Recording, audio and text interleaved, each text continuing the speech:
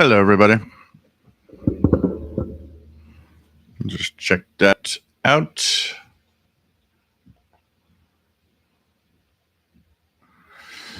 If everything is all right,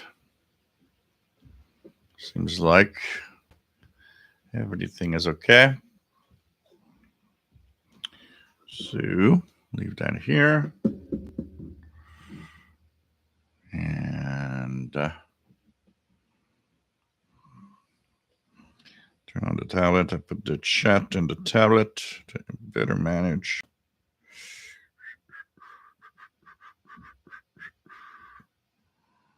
And here we go. I think this is going to be the best way to manage. So, hey, welcome everybody. This is the Shortwave Live Show. We are here once a week on Saturday at 20 hours Universal Time.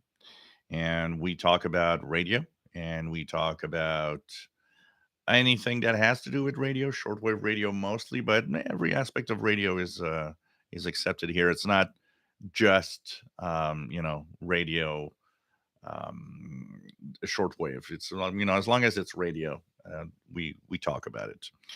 So, welcome aboard, everyone, and hope that everybody is going to enjoy today's show. We will talk about some interesting signals today. Somebody asked me in the email because gave me some examples of frequencies I've been tuned to. But also, I've been actually looking a lot at different websites like the Numbers and Oddities website that has these PDF publications with all sorts of number stations and spooky, weird things happening on the bands, personal observations also of things I've been hearing and of what others have been also hearing. So we're going to talk about some of these weird signals, and we're going to talk about the mystery of some of the things that we have on the bands. Apart from everything that is the standard, ham radio stuff and the international broadcasts, stuff like that. There's a whole world of bizarre things out there. And I think it's worth checking that out a little bit today. Also, giving out some websites that have interesting publications and information about all of those weirdness that you can actually go online and check out for sure. My name is Jill. I'm located in Montreal, Quebec, Canada, northeast part of North America. We, of course, are live on Saturday at 20 hours Universal Time, which is 3 p.m. Eastern Standard Time. And we do all sorts of things. We tune signals, we talk about radio signals, we answer questions. There's a chat room where if you have a Gmail account, you can join. It's a great place with a lot of great people. I think it's the best place in the world for anybody that's new in the hobby. I mean, super helpful people here, and the knowledge is there. And even if you're an experienced ham radio operator, shortwave listener for many, many years, I've been doing it for more than 40 now. What you have here is you can help others with the knowledge you have. Um, you can also, just learn something. I'm still learning after 40 years. So, there's always something out there. So it's pretty cool to have all of you here, and we'll be, of course, enjoying the talking about radio today. Also, the when this is over, there's a Facebook group. That Facebook group is what is, of course, continuing after the live show is over. Lots of activity in the Facebook group. A lot of people sharing what they're listening to, what they're getting, then the radios they're using, and all sorts of things like that. So basically, it's kind of interesting to see the activity and how cool people are, and how pretty cool, pretty cool how people learn things and share and help out each other and give their opinions. Almost 3,000 members now in the Facebook group. We're close to that number, so we're soon to have that big 3,000 subscribers there, which is pretty cool. Here on the channel, we're at not very far from 40,000 subscribers, which is a big number for something that is very unique and very, we all say it. We don't know anybody else that does it except the people that we meet here. And I mean, 40,000 subscribers is a pretty good number for a channel like this. So we're not that far. We're 39,300 or something. So that's coming up really, really close to in the next few weeks and months. We're going to have that 40,000 magic number for subscribers on the channel. So it's pretty cool. And hope that you enjoy the content. And I try to post as much as I can. I'll try to ramp up the videos. I've been a little lazy and, have all sorts of things happening. But hope that everybody enjoys being here and everybody is welcome, of course. Um, Cheers, everyone. Little vodka cranberry, as usual. And I hope that you're going to enjoy the show today. Matt, MDK2, nice to have you here from Denver, Colorado. Richard Wagner, nice to have you here from Northeast Illinois. We have Master Players Radio, Television, and Gaming, WA5107 SWL in Morgan City, Louisiana. Nice to have you here, Bobby. Rob in Phoenix, Arizona. Nice to have you on board. RJDA Dakota. Nice to have you on board. We have David's Radio Room. Nice to have you from Central Georgia. We have Activity Exter. Ça va bien? J'espère que tu vas bien toi aussi. Nice to have you here. Glenn T. Nice to have you on board. Robert Cross. Nice to have you on board. Joseph. Nice to have you here from the San Francisco Bay Area. Listening to some ambient and enjoying the strangely warm weather. What else do we have? It's rather warm here today. We're at plus 6, 7. It's warmer than usual. Not, crazy warm, but warmer. It's warmer than the which should have. And all the snow that we had last week is like pretty much all melted now. Greg, nice to have you here from Franklin, Wisconsin. And says nice out, but not for long. Snowstorm coming. Yeah, snowstorm. We're waiting for our first big one here in Montreal. So this is the time of year. Welcome aboard, Greg. We have Ricky. Nice to have you on board from Alberta. We have John Santucci. Nice to have you on board. We have Gilles Nouveau. Nice to have you here, Gilles.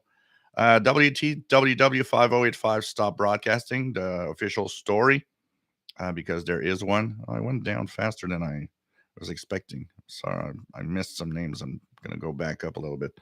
WTWW was shut down by the owners. Ted Randall was kind of fired from the station, but you can kind of get the vibe of WTWW 5085 with Ted Randall now having a show on WRMI called WRMI Legends. So you can check the WRMI schedules for that. WTWW's antennas and mostly transmitters are apparently in bad shape. They've not been taken care of well.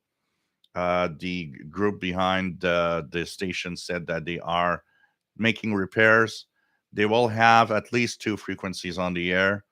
Don't expect music anymore because Ted Randall was the guy behind the music on WTWW.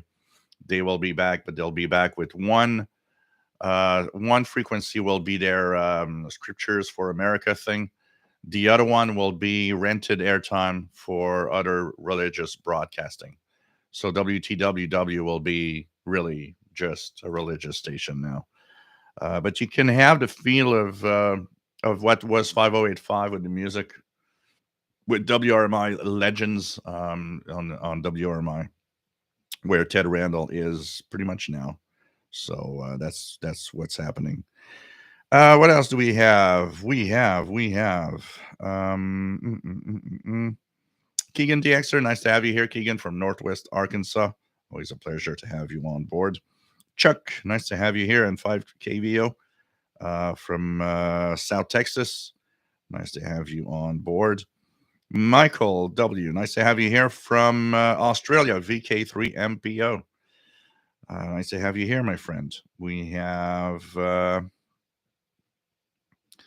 so Ricky. Yep, everything's going well. Je vais très bien. J'espère que tu vas bien toi aussi, Ricky. John Hummel Newell, VE5JHN, watching from work today. So, well, not a bad way to maybe enjoy work a little more, having something to watch that distracts you from the work. Paul, VTE Radio, AA1SU from Northern Vermont. Nice to have you here.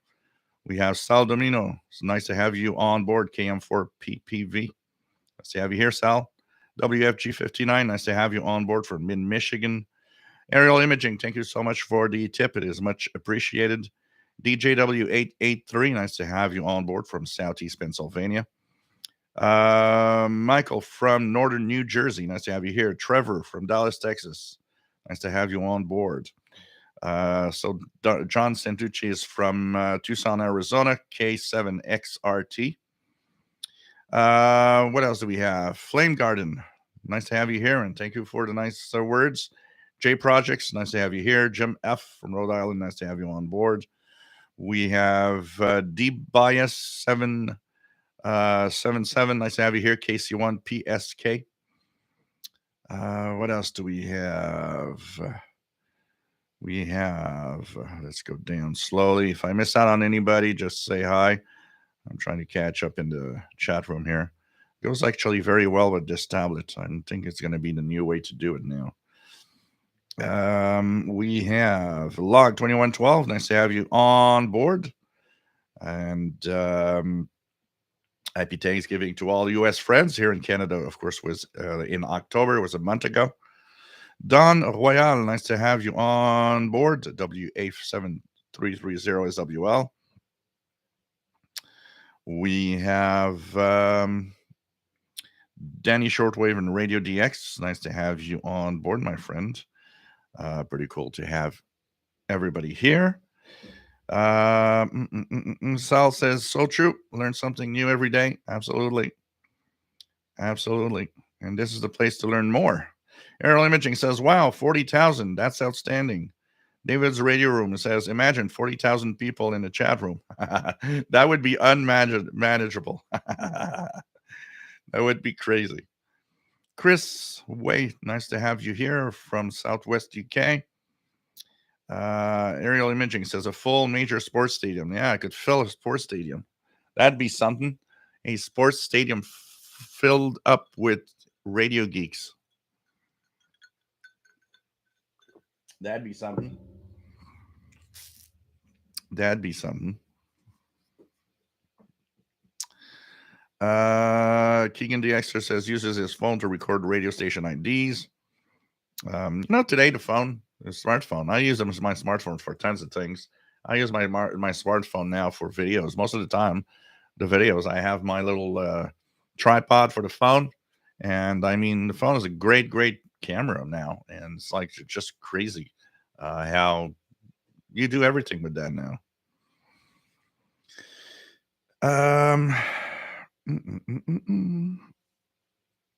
We have.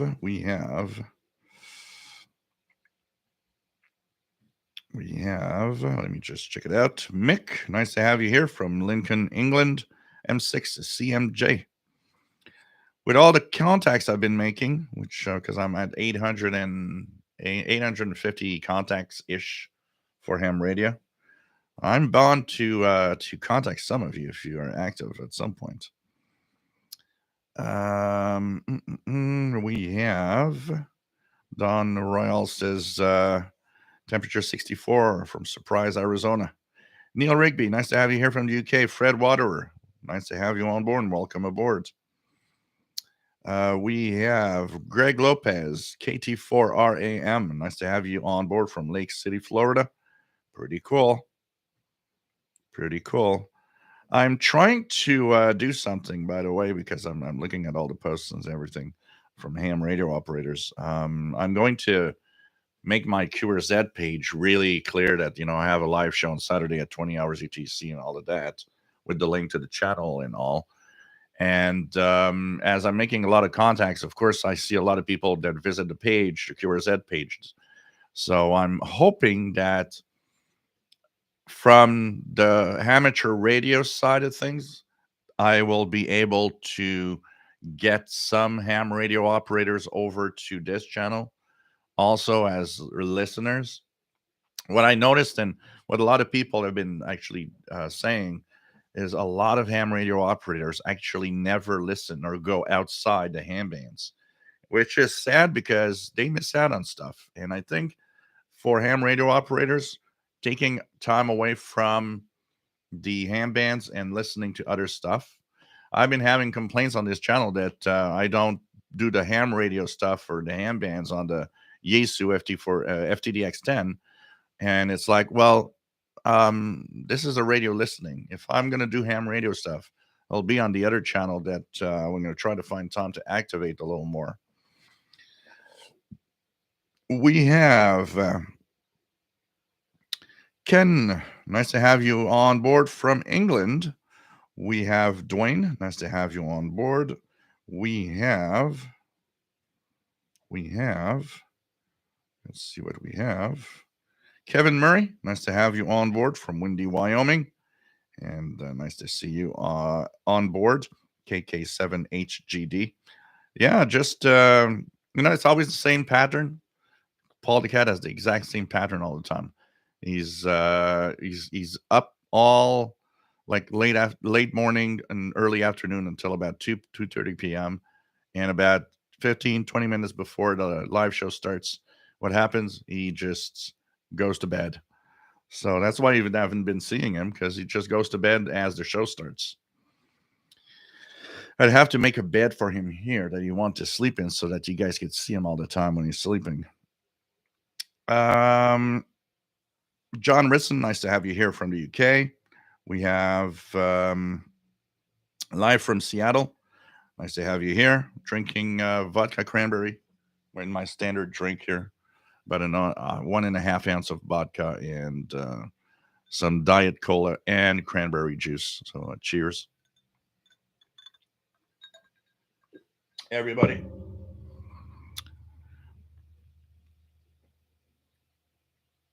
Mark Kidd, WM9K, enjoyed the channel. Shortwave was where it all began for me. So, like a lot of people and a lot of hams, even some have that has the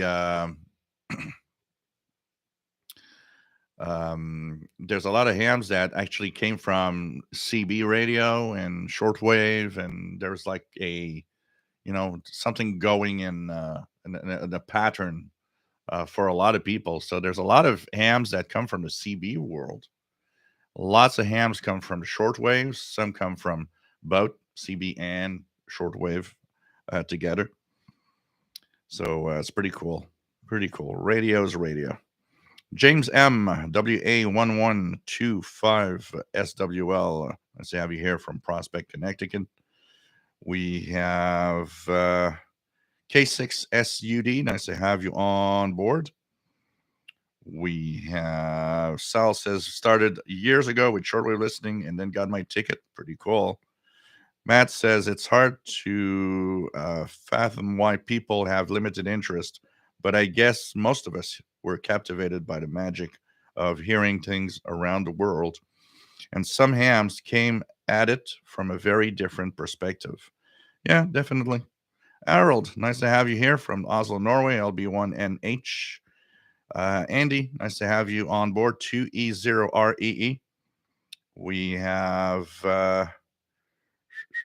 what else we have? Matt says there's a YouTuber, the Hockey Channel, who has a cat tower visible in his videos and usually a cat or two occupying it. Maybe that's what you need. Yeah, I need some way of having Paul the Cat in here so that you guys can see him, even if it's sleeping. Sleeping cats are often very cute to watch, anyways. Pink lemonade for David's radio room. That's perfect. Phil, nice to have you on board. Says you're doing a great job. Thank you so much. Ricky has Voice of America in French on 11900 from the Sao Tome relay. We have Greg says, going to my cousin's house for Thanksgiving today. Cool. Have fun. Have a great Thanksgiving time. Adesh Minar Rankinson, nice to have you on board from Trinidad in the Caribbean. Nice to have you here. Matt says, I certainly didn't jump into shortwave listening with the expectation of getting a ticket. I learned about ham radio mostly through. So my sister got her ham ticket back in shortly after I got my first shortwave radio, if I remember well. I found a place where there's old call books. I'd have to look at what year she appears in one of the call books. But I think the way it worked is I had my first shortwave radio in 82. That made me learn, because I had no idea what shortwave was, and it made me learn about the fact that there were ham operators and there's amateur radio, which I didn't know before that. I had no idea what ham radio was all about. And then she became a ham operator, and of course I learned more about amateur radio as time went and enjoyed listening to ham radio operators. If the occasion would have been there when I was in the teenager, early adult years, I possibly would have had my ham ticket before I got it now, which is going to be a year in a couple of weeks. It'll be a year that I'm actually licensed. The other thing is, I think, we say that, of course, you can go into used gear and all of that, but didn't have a lot of money back then. I had a couple of jobs minimum wage, which is not what's going to help you buy expensive radios. So there was that, and there was even if I become a ham, I won't have the money to buy a transceiver or anything, even though I probably could have had a used one from somebody. So that, and I was happy listening. Honestly, I was very happy just listening. And it was not a priority for a long time for me to be a ham operator. What what made everything come together, because I've been doing this live show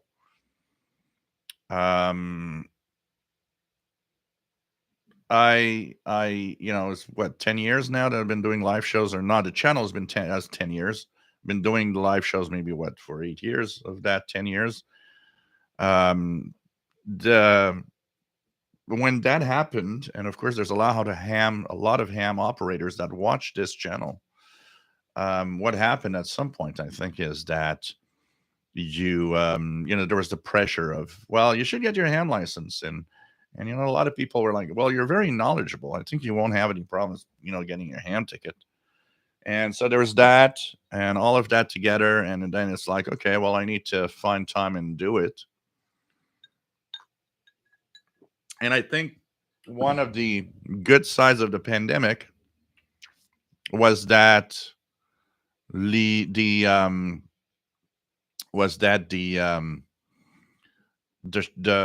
course and the exam were the course and the exam were, of course, virtual, so I could do it from home. I don't have to go somewhere to do it. I am glad to have followed the ham radio course, and I think anybody that wants to be a ham operator, even if, because you can go and pass your ticket without having the the course. And thing is, I Possibly and probably would have passed my ham ticket without it, but I wanted to pass the course, and I think everybody should, even if they are knowledgeable, for a very simple reason. They should because you will learn about things that you don't know about. There are certain aspects of the course that you will be, like, okay, this is the part I don't know much about. Like antennas, for example, is not the biggest thing for me.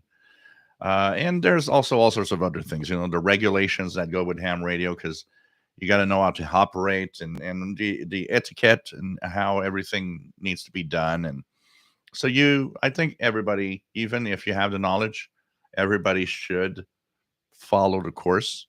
The funniest thing is when I made my first contacts, my first voice contacts, I still remember I got a ham from, I think it was in Virginia or the Carolinas. I don't remember exactly where. The guy was 86 years old, and he answered a CQ call that I had actually sent out. And it's been what? I had my license for maybe a month at that point. And so we talked, we exchanged a little bit, and he talked about himself. And I told him, well, I'm a new ham, been, have my ham ticket for the last month. And what happened is when I told him that it was just, I was a brand new ham, the guy said, wow, I would never have imagined, because the way that you do the contacts, the way that you did everything, you look like a guy that's been doing this for 30 years. But of course, one of the things you learn, I learned how to handle calls because I've listened to so many hams over the years, that I've learned from listening to how the others do it. And a lot of what we learn is that. So it's like, you learn about what, by listening. And I posted that as a comment on the Facebook group to someone this week. Um, and I think it is really, really true when we say that the best amateur radio operators are the ones that listen much more than they will transmit. Listening is key to the understanding and making things right. But it's gonna be, it's incredible. Time passes really fast, and but we're November the 26th, which means we'll already be in December next week. Crazy. A year is passing by. Um, I'm gonna be in, well, about 2 to 3 weeks. It's gonna be a year since I had my hand license. A year. Time goes fast. What else do we have? Let's check out here. Robert F, nice to have you on board. Says, any tips on making recordings from portables like the Texan PL660? I bought the ICR 110, but it doesn't work.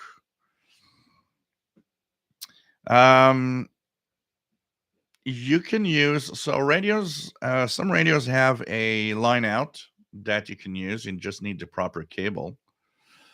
You can also use a computer. If you have a computer, there's Audacity, which is a recording software free for, it's available, I think, for every platform from Linux to Mac to Windows, that you can also use to record. So I don't know exactly how you hooked it up so that it doesn't work, but you shouldn't have too much problems. If it's very quiet where you are when you're listening to stations, you can also record it directly from just a microphone. It is better, of course, to use a cable. You will have better audio, but sometimes that works too. Just put it next to the mic, to the speaker of the radio, and just record, and be quiet when you record. But I don't know how you're hooking it up. It should technically work with the Texan PL660. Greg Lopez, KT4RAM, often used is FDDX10 and is old ICOM IC751A to listen to shortwave. Thinking of a Texan PL 880 to use in case of prolonged power outages. It's a great radio. You're gonna have a great radio with that. Les, nice to have you on board from Northeast UK. Trevor, music playing on 15730, which is, yes, Voice of America. Live from Seattle has Voice of America on 11900. Mountain Meddling, nice to have you here. Matt says it stayed with me, so when I finally got a good receiver decades later, I was hooked. Never mind the internet, which really demystifies worldwide communications. Dan, nice to have you on board from Ohio and 8WJZ. Anton, nice to have you on board. Yeah, you got to have a certain reserve and not be too bad of a talker to be a ham. Keegan says watch the live show since September 2014. Yeah, Google Hangouts in the kitchen. Still remember my first one. Oh man, Francis Moore, nice to have you here.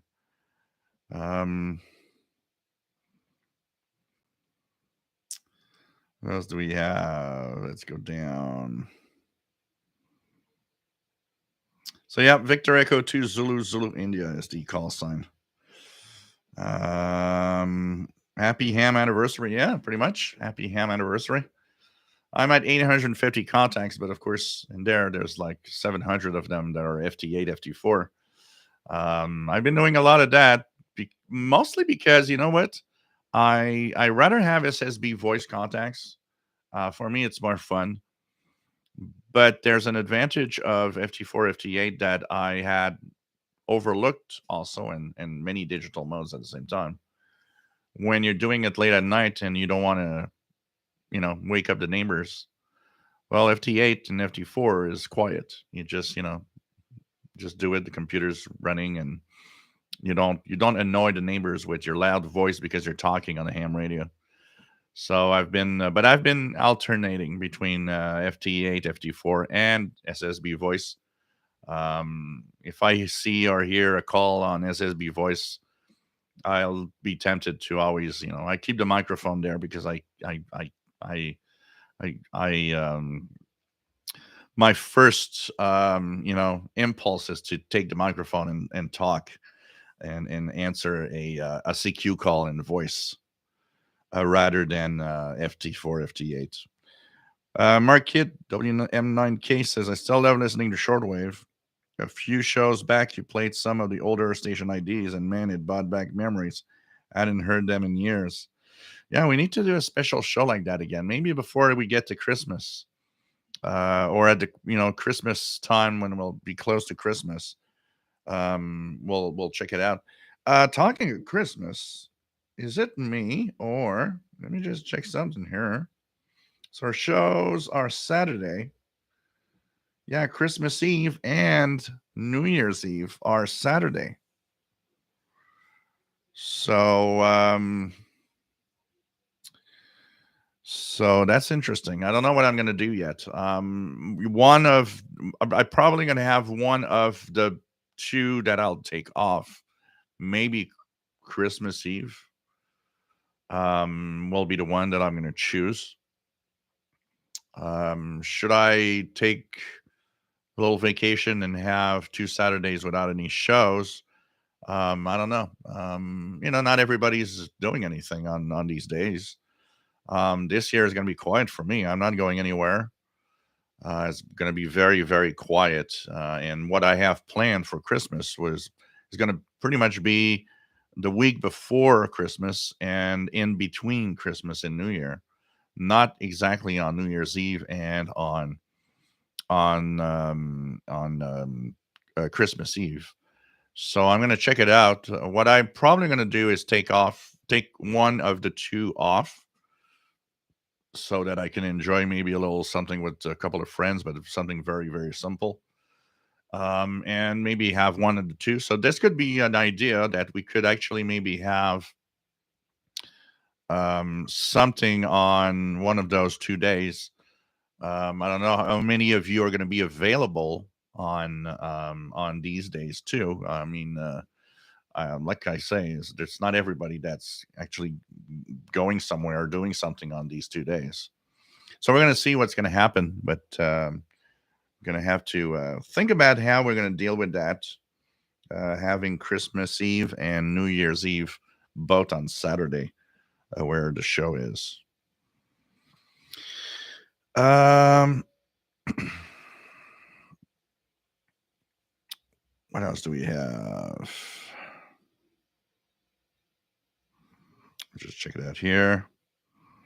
Mick G says, I will spend more time listening than talking, and I've been licensed 14 years. Live from Seattle, Audacity is great. Yep, Audacity is a great piece of software. That's what I use to record the international radio report, and then the editing is really cool. 0 nice to have you on board. KD2ANN, New Jersey, and taking a break from Christmas decorating this afternoon. I will probably be making my Christmas tree early this week, tomorrow, or maybe not, because I'm painting the living room, so I'm half done.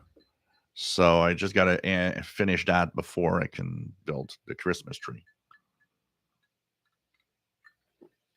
So we'll see about that. By the way, if the doorbell rings, I'm waiting for a package. It's not a radio. TB Ostrowski, nice to have you on board from Medicine Hat, Alberta. Tarek, nice to have you here from Cairo, Egypt.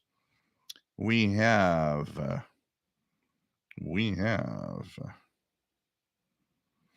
Tarek says, I used to spend hours listening to G0 BBD from the UK in the early 90s till I managed to talk to him via the SU2MT. Pretty cool.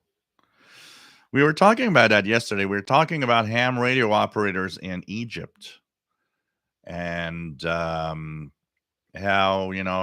there's not a lot of activity out of Egypt. But I looked at the DX Summit website. There's a few hams that were active quite recently. Some in Morse code, one in FT8, and one in SSB voice. So I'm gonna have to check that out. It'd be nice to have Egypt as a contact. Let me try to go down here.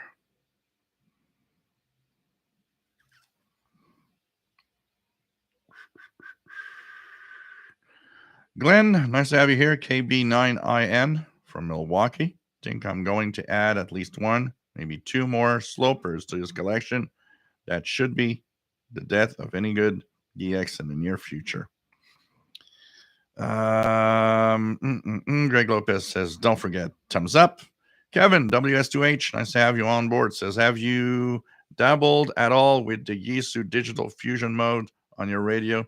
Do you ever do 2-meter checking at local Canadian transmitters? So first of all, the FTDX10 does not have VHF. It is the FTDX10 is a standard HF to 6 meters. And small portable that I have, the FT65, does not have any of these digital modes like fusion and all of that. I need to get something that will have something like that.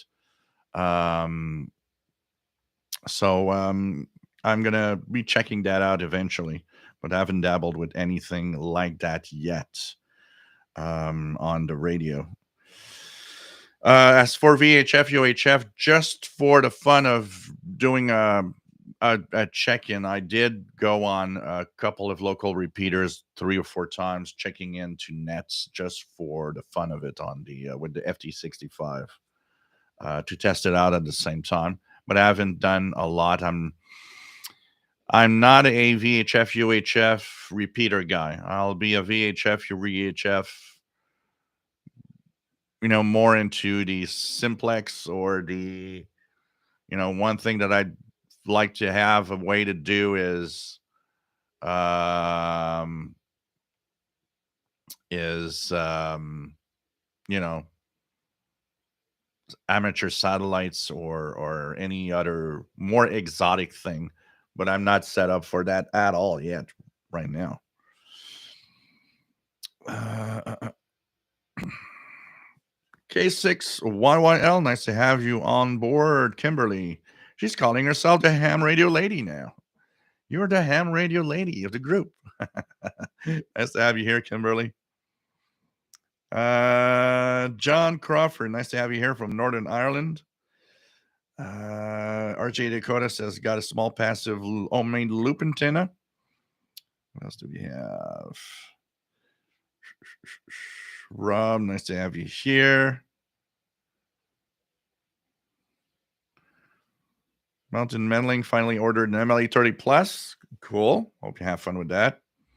Kevin, let's have a drinking game on a New Year's Eve. Every time Jill says shortwave, we take a shot. Oh, God. Everybody's going to be drunk. And if I have to also take a shot, that's going to be even worse. I'm going to be, ouch.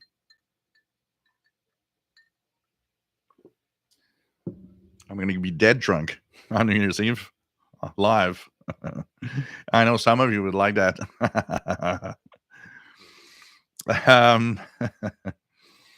What else do we have? But maybe we can make it like a New Year's Eve party or something. That could be nice. Wishing, wishing everybody that in different time zones a happy New Year. Matt says we just finished painting my daughter's room, and I think we'll get our tree early this upcoming week. Yeah, that's pretty much what I'm going to do. Also, I have the tree probably like early next week, maybe Monday or Tuesday. Vojislav, nice to have you on board from Serbia.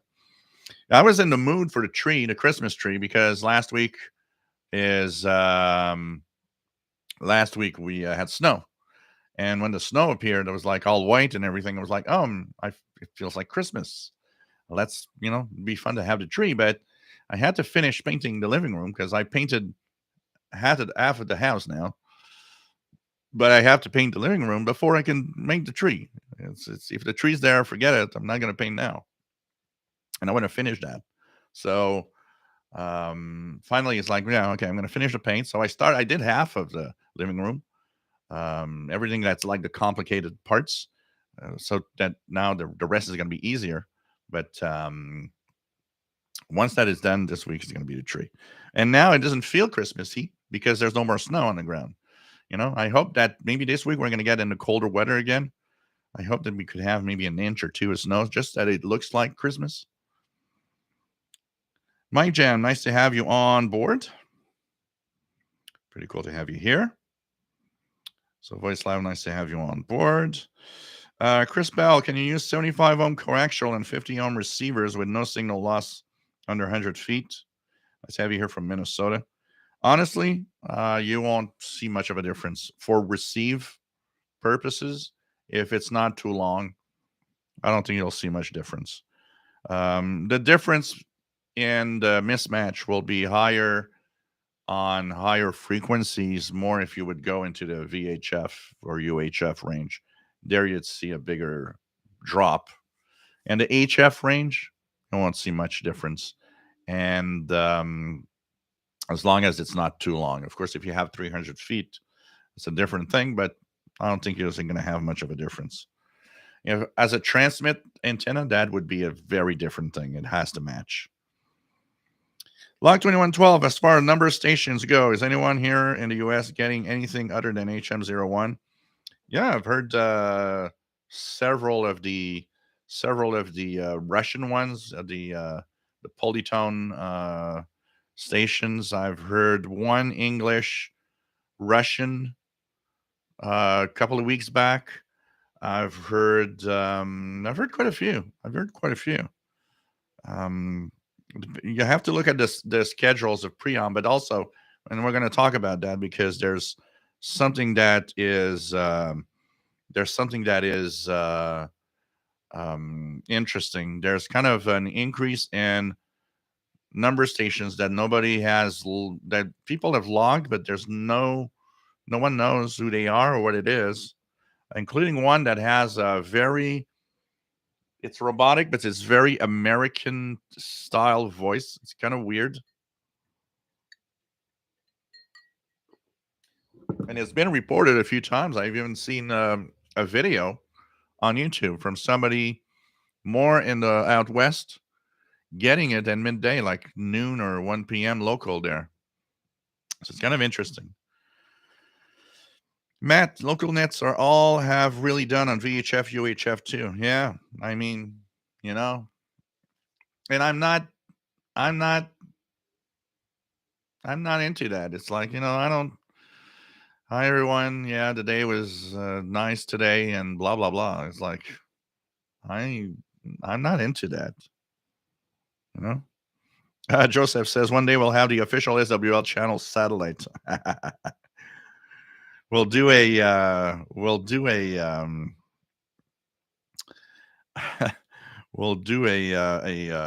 crowdfunding thing to get my satellite up in the air. Good. What else do we have? I'm gonna check Preom. Maybe we could have something on Preom for Preom. Anything coming up? So in 12 minutes on 16180, we'll have HM01. So that's the Cuban one. So we can all tune 16180 in 12 minutes time. But after that, there's going to be more. If we look at the schedules here, 21. So 21 UT is HM01. But at 22, we've got a CW1 from Russia, the M12. That might make it. We have 2220, another CW. Between 22 and 23 tonight. We will have a few of them. So I'm going to try to remember to tune in to some of those. They're all Morse code, the ones that we'll have tonight, but they're M12 from Russia. So I think it's going to be interesting to check that out. So we'll try to remember that for a little later. If anyone can help me remember for around 22 UTC. Matt says, I can't remember the call, but there's a guy with a technician's license who deliberately stays with that to prove how much you can do with just those limited privileges, has worldwide contacts. It's all a question. It's all a question of how patient you can be and with what you have. Here in Canada, we're lucky because the license, if you have more than 80% when you pass your test, your license gives you the privilege of every band. So this is kind of cool because there's no limit. I didn't know about the U.S. limits until we did the special event for CIDX, and then I chose a frequency which was out of range for a lot of hams in the US, and I was like, oh, and didn't know that. I thought, when you got your license in the US was like, here, your privileges, you have the same privilege for every band. But then I've learned, no, okay, there's a difference. And I've learned that, of course, there's a lot of countries that have differences also. But all in all, it's a question of how patient you are with what you have. And, I think this is great when somebody does that, pushing that limit, pushing that limit of, um, here's what I have in possibilities, and I'm going to show you I can make contacts, I can do stuff like everybody else, but in a different way, And it's kind of cool to see people that take it on as a challenge to do that.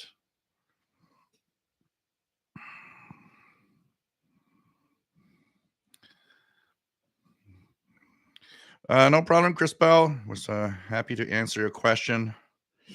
Log 2112. I get what sounds like time pips on 6779 from evenings till daylight. Any idea? Can't find anything. Been logging it for around 6 months. You know what? We've heard that signal. What? At least a year ago. At least a year ago, and and I don't get any info. A lot of people have been monitoring you guys. A lot of you guys have been hearing it too, and we just can't get any info of what that pip, which is there, is. I haven't tuned in a long time ago, but regularly hear it.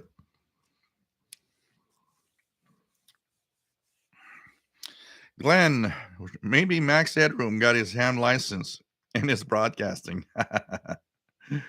Oh man. Best radio personality for 2022, Jill. Where do I get my award? Does it come with a cash bonus for buying new radios? Rich says C-Crane SSB2 video. 60-day satisfaction guarantee is a separate. Yeah, that's what I figured after, that it's more of a customer service thing, but it's still too expensive. And like I was saying, it depends where you buy it. If you buy it in the US from Seagrain, yeah, it's okay. But when you buy it from outside the US, it's like buying any other, a Texan or whatever. It's kind of complicated. Kind of complicated. But it's too expensive. I mean, and that is what the first one should have been, with an antenna jack for outside antennas, outdoor antennas, and better audio. It's as if they thought, well, oh, people are complaining of that. I don't know. Maybe the guy is. Maybe they looked at my videos and was like, "That guy's complaining. There's no antenna jack. That it's expensive and blah blah blah," and they decided to do something about it. And it's made by Redson in China. So because I got somebody the other day that says, "Well, American made." It's not American made. They do say American design, which doesn't mean much, honestly. American design in the US, It's like the iPhone and the Mac computers. Design in the US. Yeah, okay. That's not much, It looks like this. Okay. But it is made in China. And the Sea Crane is made by Redson in China. Matt, a big part of the technician's accomplishments, I'm sure, come from CW. Techs don't have access to every band. Definitely not the work bands, and I don't think even 20 meters, but they can do CW on 40 and 80. Yeah, that's probably where it comes from. Francis, ISS close to my location, 2nd December. I'll be outside watching and listening. My Yizu FT65, pick up any transmissions as it is in sight. I am one thing that blew me away from the repeater on board the International Space Station is how well the FT65 receives it. And I actually can tell you, and probably because it's tuned to the 2 meter and 70 centimeter band, but I can tell you guys that the Yaesu FT65 handheld that I have beats every scanner radio I got, and how well it can receive the repeater from the space station. It comes in so clear and so well. And it's probably because it's tuned to the band. Scanner radios are general coverage or general, frequency coverage. So what happens is the antennas they have are kind of very general also. They're not tuned to specific frequencies, except let's try to, we say it all the time. There's no good antenna for all the frequencies. You have to have you have to have a specific antenna for the band you're listening to maximize signals. So that's the problem with scanner radios, is that their antenna is just too broad. Also, there's another problem with a lot of the scanner radios, is they tend to receive everything and be kind of overloaded a little too much. And I'm sure, because I talk about the Yaesu FT65, but I'm sure that probably every ham dedicated handheld, what a Kenwood, ICOM, Yaesu, whatever, are probably very good also at doing that. I haven't tried with my UV5R, the Baofeng. I need to try the Baofeng to see how well it receives the repeater. I haven't done that in a long, long time. I need to try it out. I haven't done it in a long time. Last time that I did that was in the backyard, July or August. There were several passes every night, and I would go down every time. I would go down to the with my with my tablet showing the ISS and everything, and I tried to contact the repeater just with my handheld and the little rubber duck antenna that comes with it. I've never been able to do it. I've seen some people report that just with their handheld, no fancy antennas, they've been able to make it. And I was hoping that maybe I could make it. That would have kind of been some exciting VHF, UHF thing. And so, and you got to, I had to sit down and learn how to work split and put that, the PL tone and everything so that it works fine. But I've never been able to contact. But boy, the signal out of the International Space Station repeater was powerful in that FT65. And like I said, I think it's because the radio is really tuned to be used on the 70 centimeter and the VHF band. Activity on 16.1. So let's check it out here. Do I hear 1.6,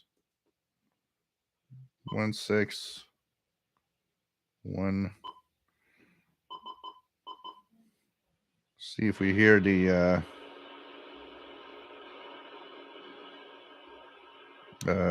what's the frequency for the so the 16180. Very weak. It's very noisy here. There is a carrier, so it's definitely there. 16180 is the HM01 number station that's just starting now. 16180, but it's in the noise here mostly.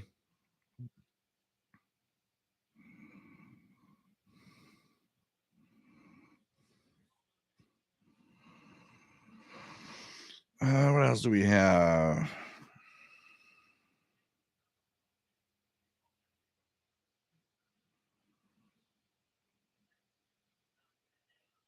Okay, so that could be it. Okay, so 6780, which I think is the frequency I was tuned to precisely. Australian Defense Force somewhere on the coast. Huh.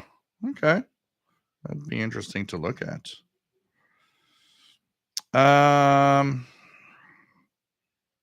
What else do we have?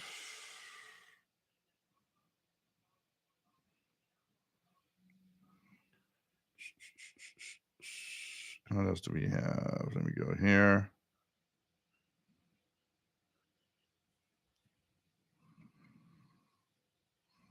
If I miss out on anything, please let me know, guys. Trying to reach down. Hey, Miki Delmage. Nice to have you on board. I'm 5'9" on YouTube, apparently. That's good. That's good. The next show is going to be an FC8. Only tones.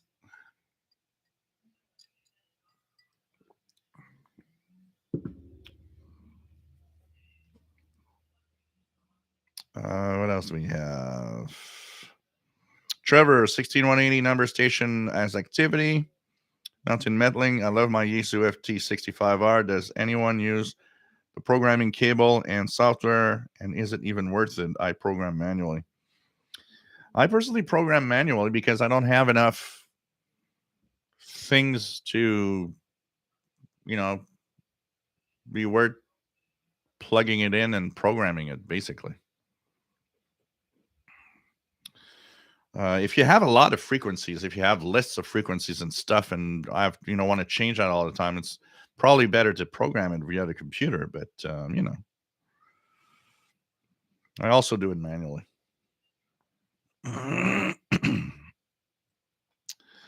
Okay, we have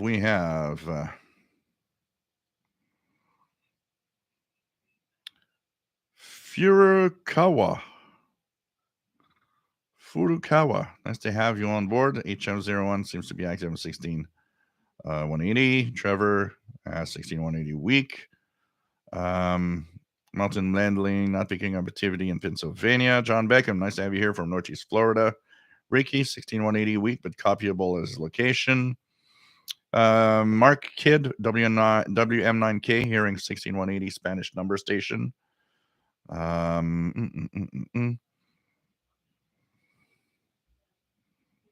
else do we have? Glenn, good signal in Milwaukee.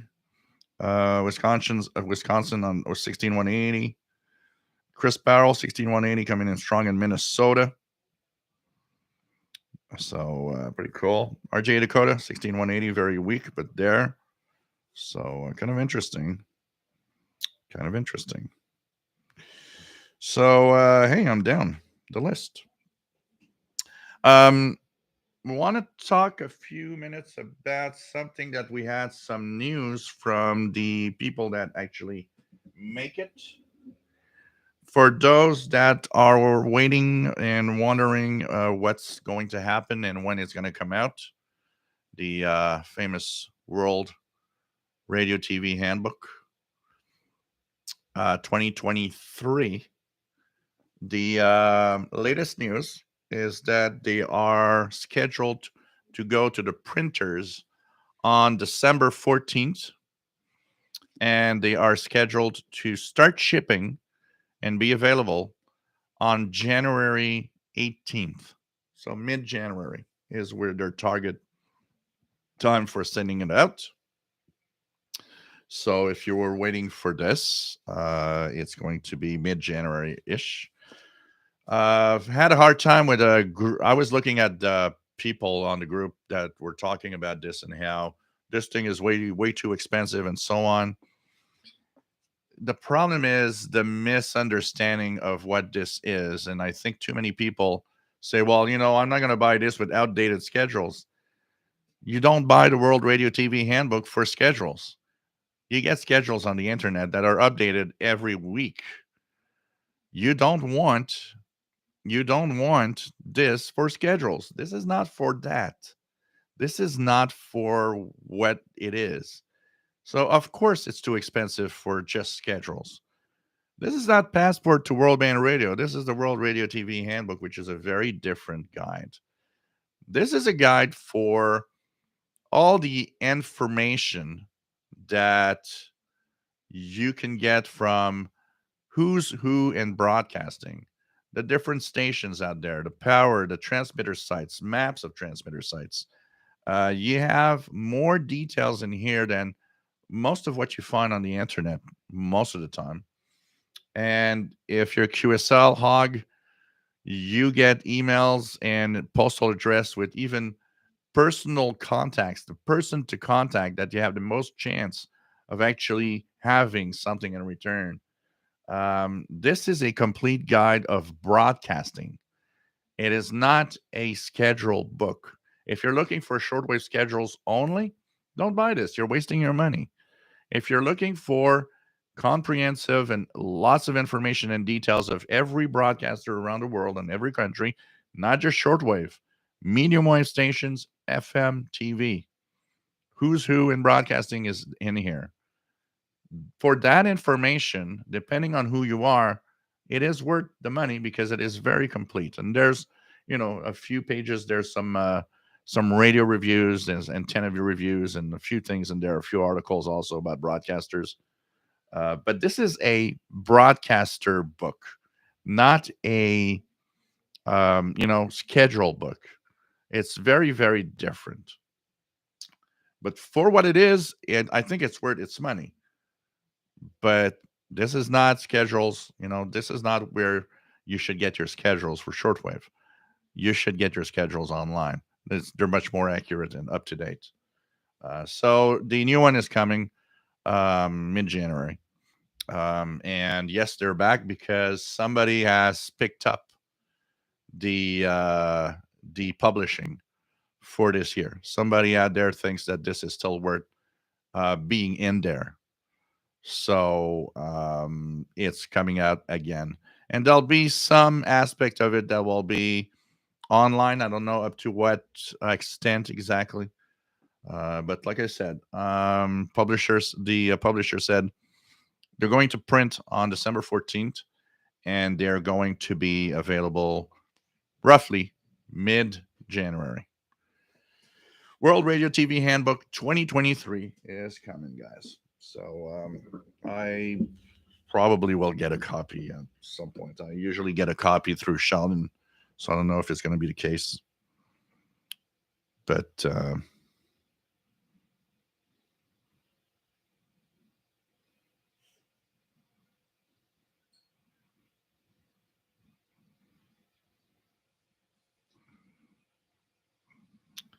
okay, a little quiet moment here. I heard something that I was kind of wondering about.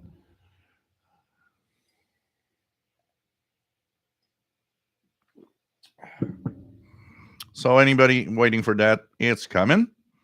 What else do we have? Let me just go down again.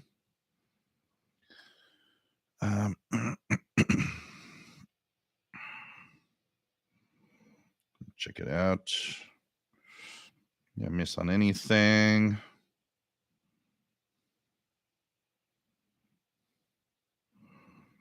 Just go down. So Glenn, good signal, Milwaukee.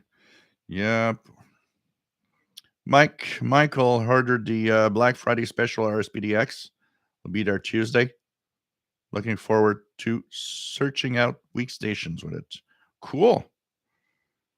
Definitely, there's that Black Friday special RSPDX. Definitely a good buy. VE3KRP, nice to have you on board, my friend.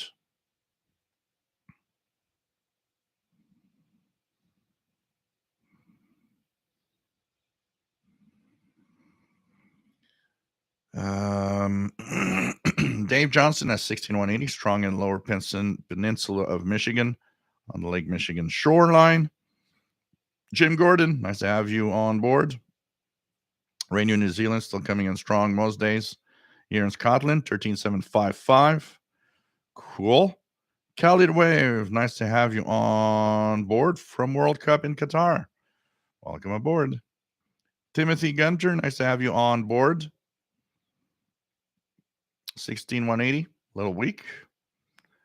K6YYL, Ham Radio Lady, how to rate the book. Like I said, for what it is a good book. And it's really a lot of very detailed information about the broadcasting world.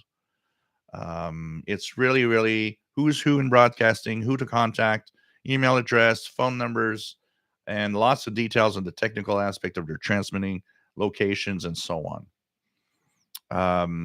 And you get a lot of stuff in here that you don't get on the internet, or it's very difficult to get on the internet. So it is worth the price if you're in that category, people that want that information. For the rest, like I said, it's not a schedule book. You get shortwave schedules you get online. And I think too many people are thinking about this being a shortwave book like Passport to World Band Radio used to be. No, it's not that exactly. It's more than that. Richard Wagner's on 16180 live. Chris Powell, yeah, well, it's kind of the 5085. Chris Powell is kind of back in some form via WRMI Legends. That's where Ted Randall is now with his stuff. As for WTWW, once again, like I said earlier in the show, they're going to they're going to be back with two frequencies apparently, and those two frequencies are going to be a just religious broadcasting. There won't be music anymore. The music on WTWW is only and pretty much only Ted Randall.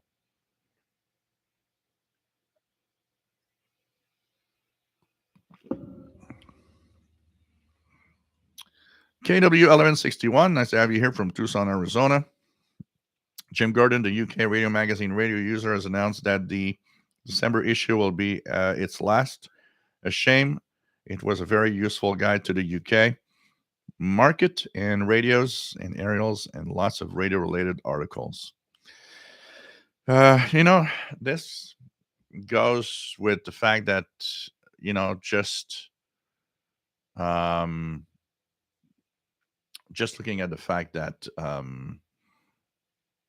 magazines disappeared over time, and a lot of radio magazines are going away. It's radio magazines and radio books have one big enemy.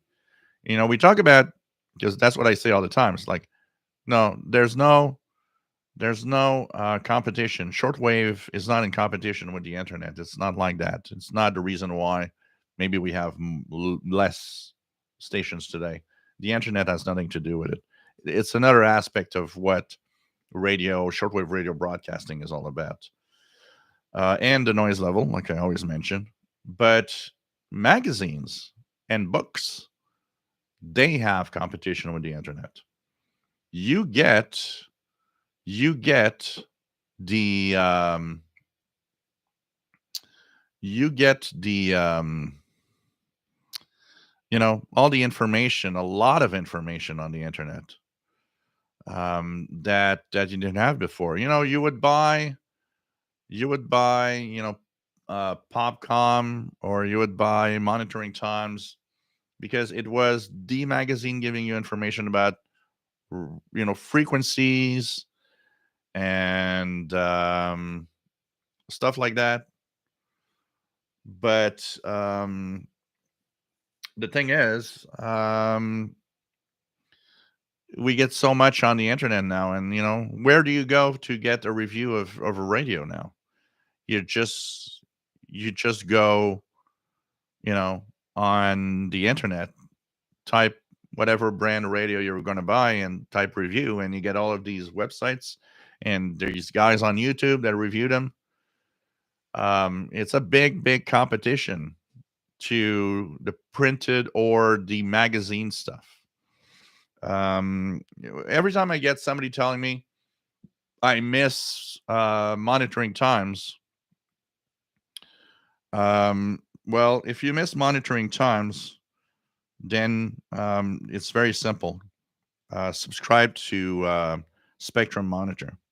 It's the same vibe, the same feel, and there's a lot of the people from Monitoring Times that actually moved to Spectrum Monitor. Let me just check it out here. This is the November edition that I'm gonna show you here. So this is the cover of the November edition, the Spectrum Monitor. The beautiful thing about the Spectrum Monitor also is that if you don't want to subscribe for a full year, you can buy each individual magazine every month. So if for some reason something doesn't look as interesting in one month or the other, or, well, you can just buy the one you want. That's pretty cool also. But you can also subscribe, and it's electronic only publication, by the way. For me, it's okay because I like to have it like this on my tablet. But the Spectrum Monitor is pretty good, and there's quite a lot of stuff in there. So you've got, to give you an idea what's in here. There's a remote ham radio option, software and hardware. There's secrets of end-fed half-wave antenna. There's a 2022 SDR buyer's guide by Larry and Van Horn. Scanner radio buyer's guide. This is in the November edition.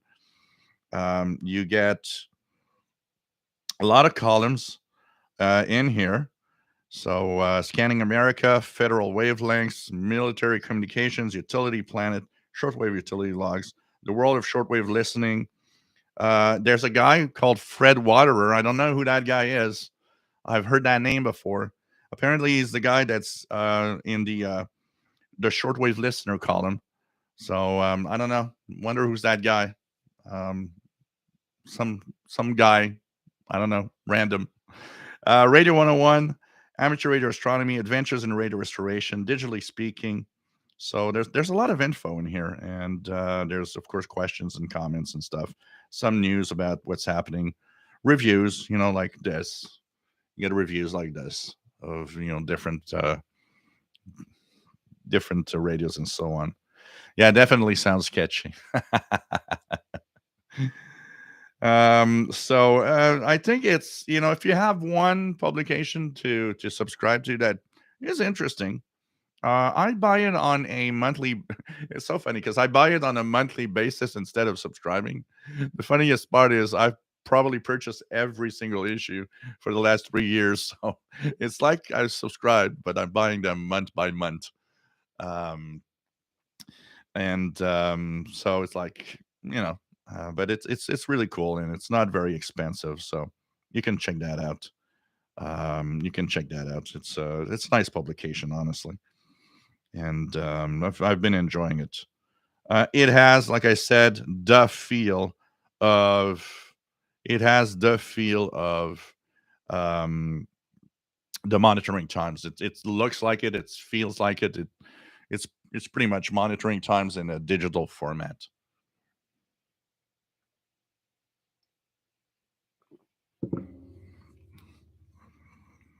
Um, let me check it out here. Okay, but it's sad to see, like Jim Gordon says, it's sad to see any radio magazines that are gone forever. Don't forget, guys, I'm going to share this with you guys because a lot of you don't know it, but I have to share this amazing thing with you guys that don't know it. There's a great website called worldradiohistory.com. Go here, guys. This is free magazines of all sorts from a lot of different past electronics, radio, and I mean, I love to go there and download old shortwave or radio magazines from the 40s and 50s and look at them. It's just so cool. There you'll have every issue of monitoring times. You'll have every issue of popular communications and a lot more. So go check that out. Worldradiohistory.com. Really an amazing place. Um, RGA Dakota, to me, the World Radio TV Handbook is like the Yellow Pages. I would not really need something like that. There are several different ways I get broadcast schedules. Yeah. I mean, online schedules are just great. Are just great. Online schedules are updated so regularly. It's what we need. It's what we need. So go in there. That World Radio History. There's so many magazines of the past, of every kind, even electronics. It's just a lot of fun to go through. I don't know how many magazines I got in here that I've downloaded from that website. It's just great.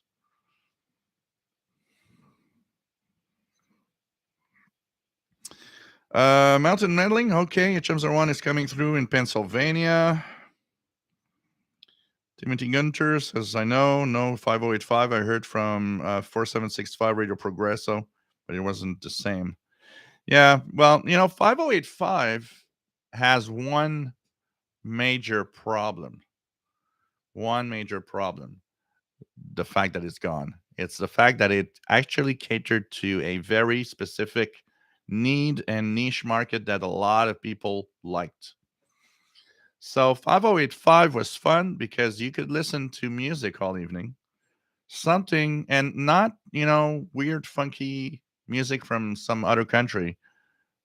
The standard, like listening to an AM FM station. And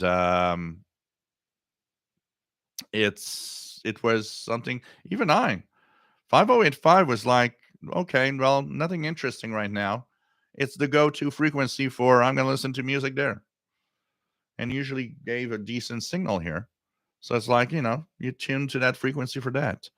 It actually does cater to a specific market. By the way, also, there's some news about, I know a lot of you guys like the mighty KBC. So the mighty KBC, they're supposed to have an announcement in the coming weeks. Because right now, the price of transmission for shortwave, because of the electricity cost, is going to be, it's going to rise by 38%, 40%. So the mighty KBC said, we can't pay that. It's impossible. At that price, they're leaving shortwave in January. But here's the thing. They are apparently looking at some new transmitter site where they could have maybe a decent price. And they said that when they are probably more secure into staying on the air, they're going to announce the information within the next couple of weeks, apparently. Because if they don't have a good price or a better price, they cannot. It's too expensive to broadcast. One of the things that I don't understand, and I hope that they could change it, is they could change their minds. They're kind of really stuck. Um, they're kind of really stuck in their mind. They want to have a transmitter in Europe.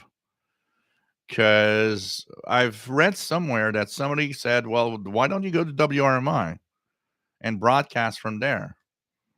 And apparently it's something they don't want to do. And they are looking into really a European transmitter site. So I don't know. Maybe they found a good deal in some other transmitter site in Europe, but why not? I don't know why being stubborn of, anyways, you're broadcasting to North America. Why being stubborn into using WRMI transmitters instead? Yeah, it's not the same. I know it's not from Germany or it's not from Europe direct. But if you like the mighty KBC for its program, well, you're going to get it. So I don't know. Apparently, something coming up in the next couple of weeks. We're going to see. I think that there's a lot of stations that, especially stations that are moving away or going away, that we definitely need to tell them, you can, you can, you know, rent cheap airtime over WRMI to broadcast to North America, um, and Europe. So I don't know. We got to let the stations know that that's a possibility. Me and Sheldon Harvey, we were looking at how sad when Radio Canada International went away, and they have that really sketchy and bad RCI website podcast. And one of the things that we realize is that for the amount of money they're spending for a website and everything, they probably could be broadcasting RCI stuff over WRMI. It wouldn't cost them much. Scott Cranston says from Massachusetts, HM0 on very strong on 16180. We have Mark Kidd, WM9K 16180 about S9 59 here in Indiana. Occasional QSB. John Beckham, weak on Northeast Florida. Aldo, what would you do for an AM antenna on a AV audio video receiver? Also, have you ever done crystal radio like those the troops made in the trenches? I have my ICOM R75 and others, but it's still kind of fixed location. So on a stereo system, an audio video system that has an AM FM tuner on it, as for the AM part, a lot of them actually often have terminals for an outboard AM antenna. What you could do is just get, you get an AM 200 from Texan or something like that, and that would be a great outboard antenna for an AV receiver if it's not too noisy where it's positioned. You can even use an MLA30 on an AV receiver if they have the output, if they have the terminals for the AM antenna on it, or the connector. That definitely would work. At the worst of the worst, and I had one receiver here for that. It's just put a piece of wire, and it's already going to make AM signals come through. But it depends. If you want a DX, you need a little more serious antenna on it for sure. Sea Sparrow, glad I found this. A 59-year-old disabled vet who's looking to get into listening and all band system. What's a great first step receiver to buy? There's a lot of the cool, inexpensive radios today. If you're looking, I don't know what you're looking at exactly as a receiver and how much money you want to spend, but there's a lot of portables like Texan receivers that are amazing and are great for the first time radio listener. So cool, Kimberly. It's trying to explain what the World Radio TV Handbook is all about. That it's hard. You got to make people understand what it's all about.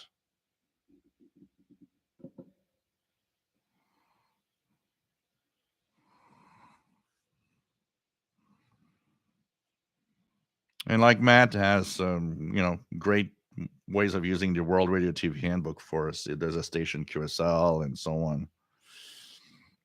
VT Radio Pulse says 16180 coming in S9 plus 20 on a 20-meter dipole. Cool. Aldo is on Iowa, warmer this week, and nice out with the mid-50s. Cool. Welcome aboard, my friend. John Wickham, how does one pick up a copy of the World Radio TV Handbook? They have their website that you can go to, but there will be probably copies available at different locations. Just gonna check out here to website here. So World Radio TV Handbook. So you can actually get it through Universal Radio and different outlets like that. But here's the official page for it. But a lot of the big places will have one. So like I said, I've seen that 2023 version will be available. So world or WRTH.org. So and there will be different outlets out there. Sometimes Amazon has it. So a lot of people buy it there. Here in Canada, it's a hit or miss with Amazon on World Radio TV Handbook. But so the 2023 will be out somewhere in the mid-January.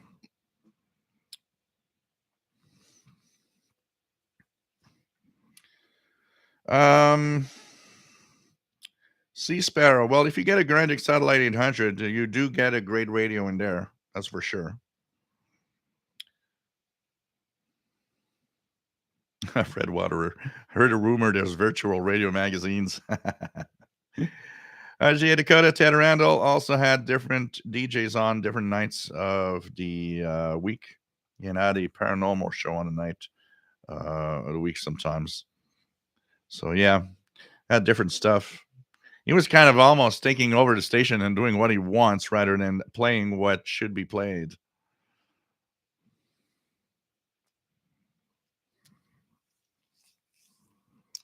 Yeah, the WTWW music that's streaming though is probably on a kind of a loop.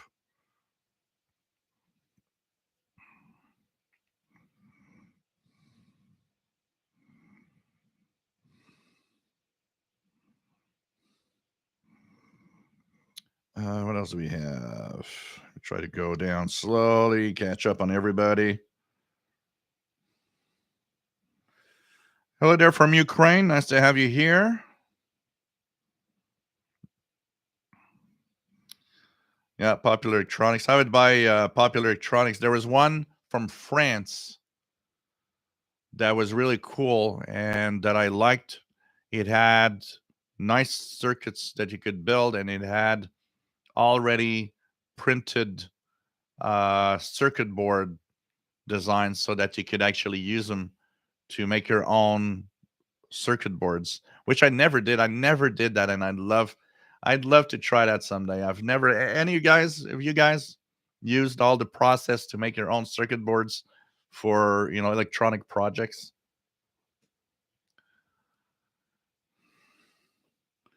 I never did that, and I wish I would have done.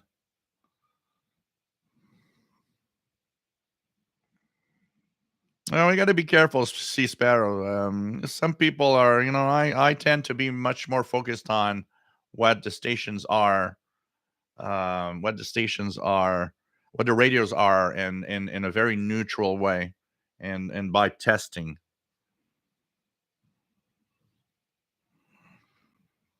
Timothy still stream WTWW, yeah, and it's probably some at some point it's probably going to go away.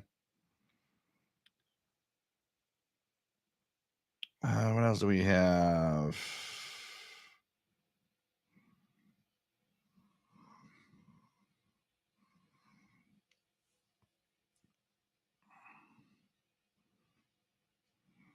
DJW883 read it since it started. Josh Roybal says Minneapolis, Minnesota. Like my Texan R9700DX, but the gaps in coverage are right where number stations always seem to be. Yeah, that is a problem with radios that has fixed bands like that. You miss out on a lot of the stuff in between. And also, one of the biggest problems with those fixed bands is when the radio is not designed to have them really wide. Um, it it tends to miss out on a lot of the stations that are a little far. Like WRMI, particularly, is one of the stations that likes to use those out of band frequencies that a lot of radios miss when they're like fixed bands. Um, Yeah, I was saying, Fred Waters says many of the same folks from Monitoring Times. Absolutely, it's kind of Monitoring Times that just moved to a digital format.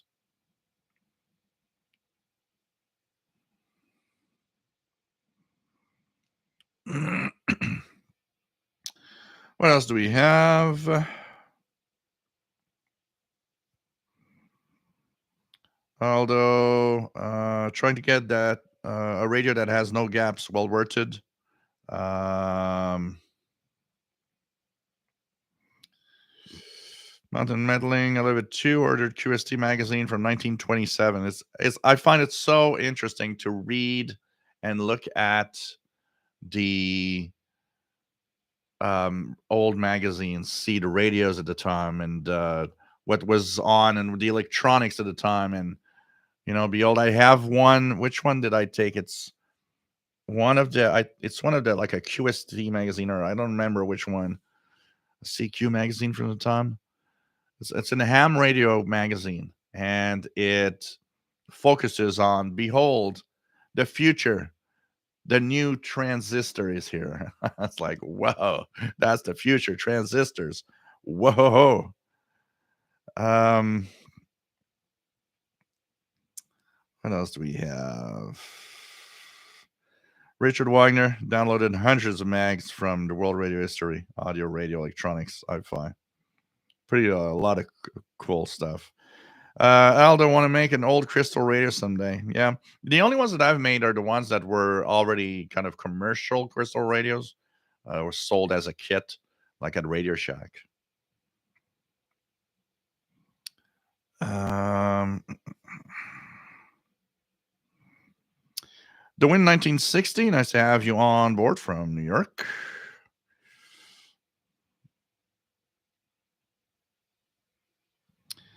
Yeah, they should get on WRMI actually. Matt.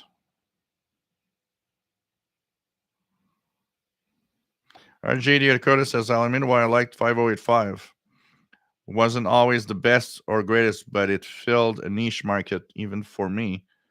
So yeah, definitely. I know it is something that is, there's a need for that, having some music broadcast over shortwave. People like that, a mix of, get on a mix of 50s, 60s, 70s, 80s, and 90s music. And I bet you there's people listening. You know, somebody with a little bit of money to spend and want to be on some station should do that. So,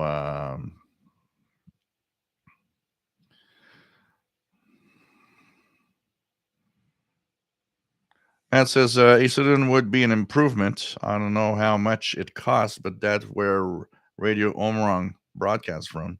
Yeah, it's all the question. The number, it's all in the amount of money they ask for to broadcast. Horacio, nice to have you on board. CX3BZ from Uruguay. I want to tell you, just for your information, that local state radio CX26 Radio Uruguay received a reception report from a guy in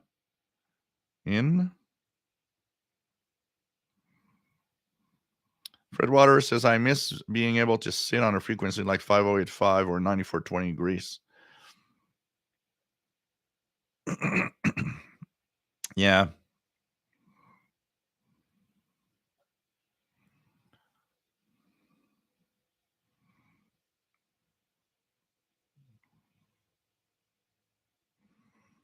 In Spain, using an SDR web receiver in Uruguay and requesting a QSL.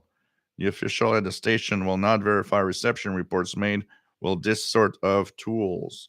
Yeah, you did receive it in Spain, but yeah, it's not like receiving it at your home. That's for sure.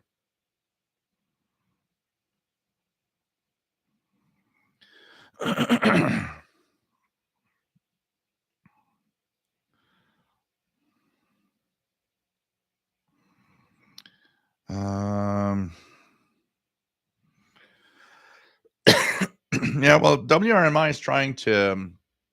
One of the things for sure is WRMI is trying to fill out its schedule, and that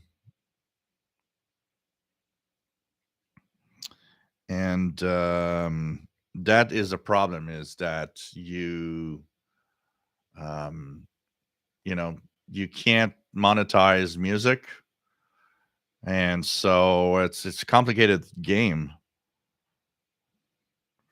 Turok Tim, my new Alexa SDR gets AM shortwave great, but doesn't get FM.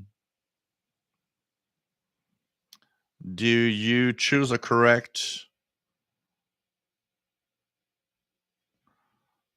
So if you have an up converter on that new elect, first of all, you have to switch the there's a frequency, an offset frequency you have to put in the software to pass from the shortwave, medium wave listening to the VHF, UHF listening.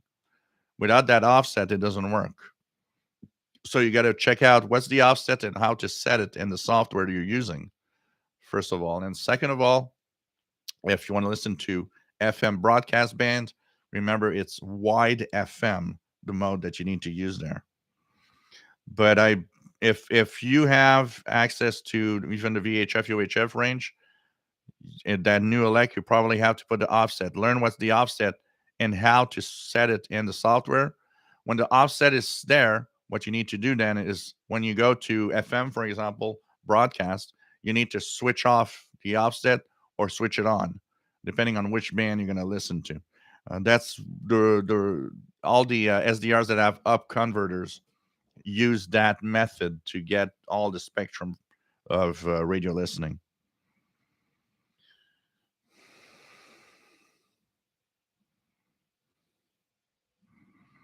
Ricky says many Euro programs seem not to target Western North America. So with my simple receiving setup, my TKBC is a hit and miss. Yeah, it's a tough one when you want to go to from Europe to North America. Usually, what happens is the East Coast receives it well, but the West Coast is a different thing.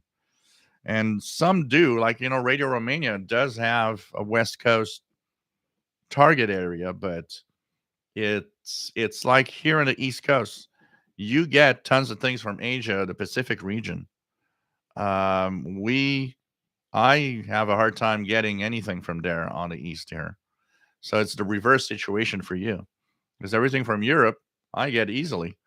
Everything from Europe is a much more difficult target in the western part of North America.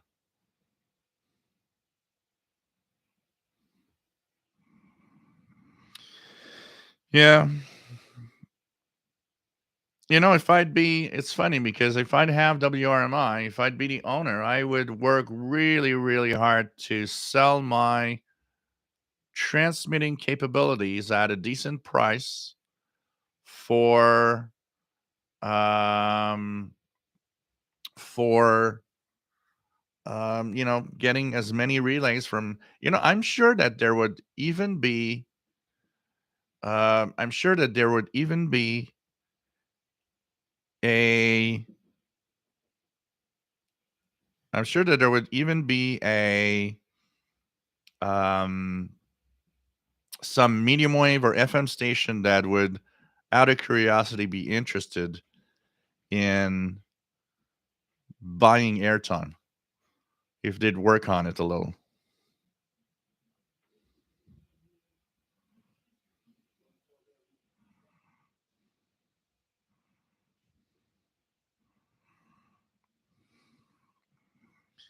Brian Penny, nice to have you here from Cape Cod, Massachusetts.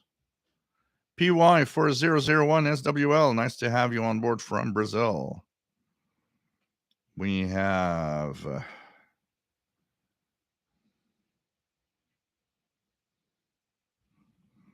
what else do we have? Let's check it out. KW1161 printed out a code practice oscillator for my ham radio class in 76. Oh, wow.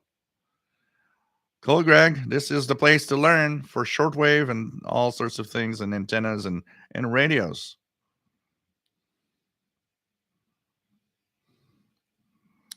What else do we have?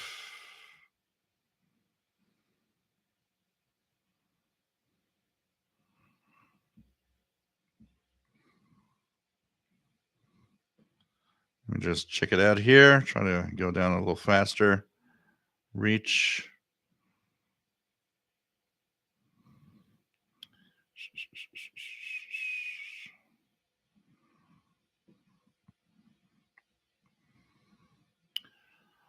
Davis Radio Room. My first crystal radio used a razor blade, a safety pin, and a pencil lead for a detector. Got me hooked on radio. The magic of it. Mr. Shifter, the deep SDR 101 gets some pretty bad reviews. Yeah, it's hit or miss depending on the reviewer. I've read quite a lot on it. I'll be and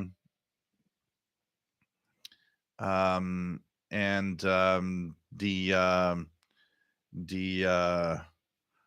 I'm supposed to receive one before Christmas, so it'll be interesting to see exactly what it how it's all about and how it works.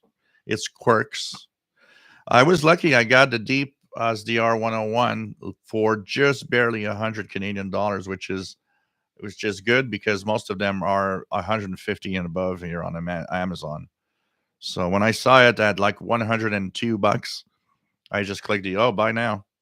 I'm gonna get it at 102. So we'll see what it's all about. Keegan the Xer, Jim Gordon. I've just bookmarked World Radio History. There's lots of stuff relevant to UK listeners too. Thanks for the heads up. Oh yeah, it's worldwide. There's UK magazines. There's European magazines of all sorts. There's North American, US, even Canadian magazines. There's even some club stuff like club bulletins that I've kind of noticed in there.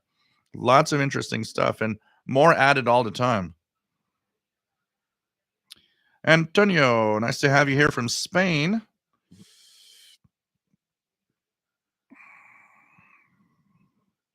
Art, nice to have you here. K2ADC in New Jersey. Mark W.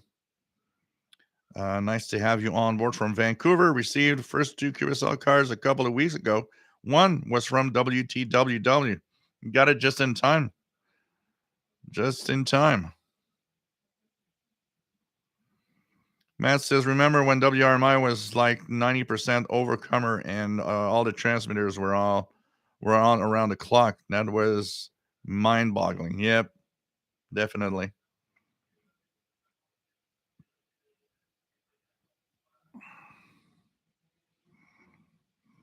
Voicelab, have you ever used frequency lists as Klingelfuss? They were the money. The last time I had a utility book from Klingelfuss Publications probably goes back 20 years. And 20 years ago, it was expensive. You know what? I would have one if it wasn't for the freaking way that he refuses to want to use PayPal. And it's super complicated that you have to, last time about 6 months ago, I went on the site and I said, I'm going to order one. And then it's like, well, you got to send me an email, let me know that I want one, and blah, blah, blah. It's like, what? Too complicated. Why can't you just freaking do click here, buy, pay, even if it takes a little time because maybe you haven't printed it or anything?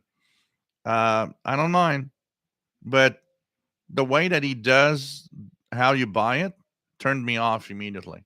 It's like, forget it, too complicated. It is a very complete publication for utility listeners, definitely. And, that's one of the reasons why I would, because also I do the utility column in the CIDX Messenger. That's probably one of the reasons why I would want one. It is extremely complete for what it is. But then again, you get a lot of info on the internet, and he makes it too complicated for ordering one and getting one. Take care, Sal. So I don't know. It's probably good to have. It's probably very nice, but just too complicated to order one. So, what else do we have? So, Man Reader DX UK, nice to have you here. We have take care, Adish Manar Rockimson from Trinidad. Always nice to have you on board, by the way.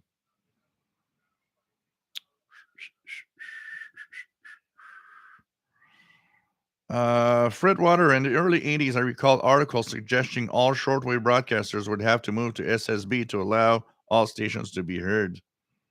Yep, I remember that. That's where HCJB's experimental 21455 came out. They decided to do a test, and they had that 21455 kilohertz upper sideband, 24-hour a day frequency. And that came out of the to have enough space for all shortwave broadcasters. And not just that, it was have enough space, but it was also save energy because single sideband is much more efficient. and they came out with the idea that stations should use single sideband, which, let's face it, was a very horrible idea when you think about the fact that most of the radios back then were drifting like crazy. Um, never caught on.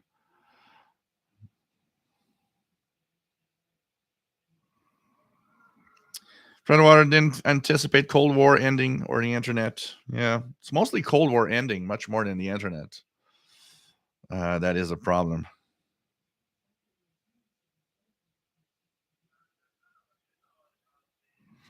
Yeah, it's not impossible, Matt, that they are using less power. I think a lot of the stations advertise power levels that are not necessarily um, the real power that they're using to save on money.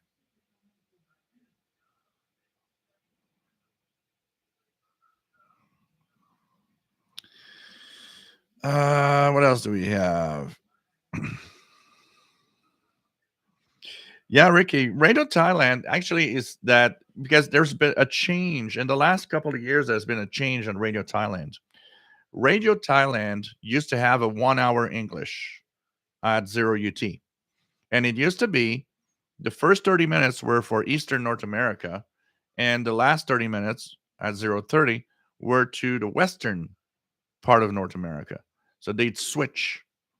But the thing is, now it's 30 minutes English, and when they switch to West North America, they switch to Thai language instead of English.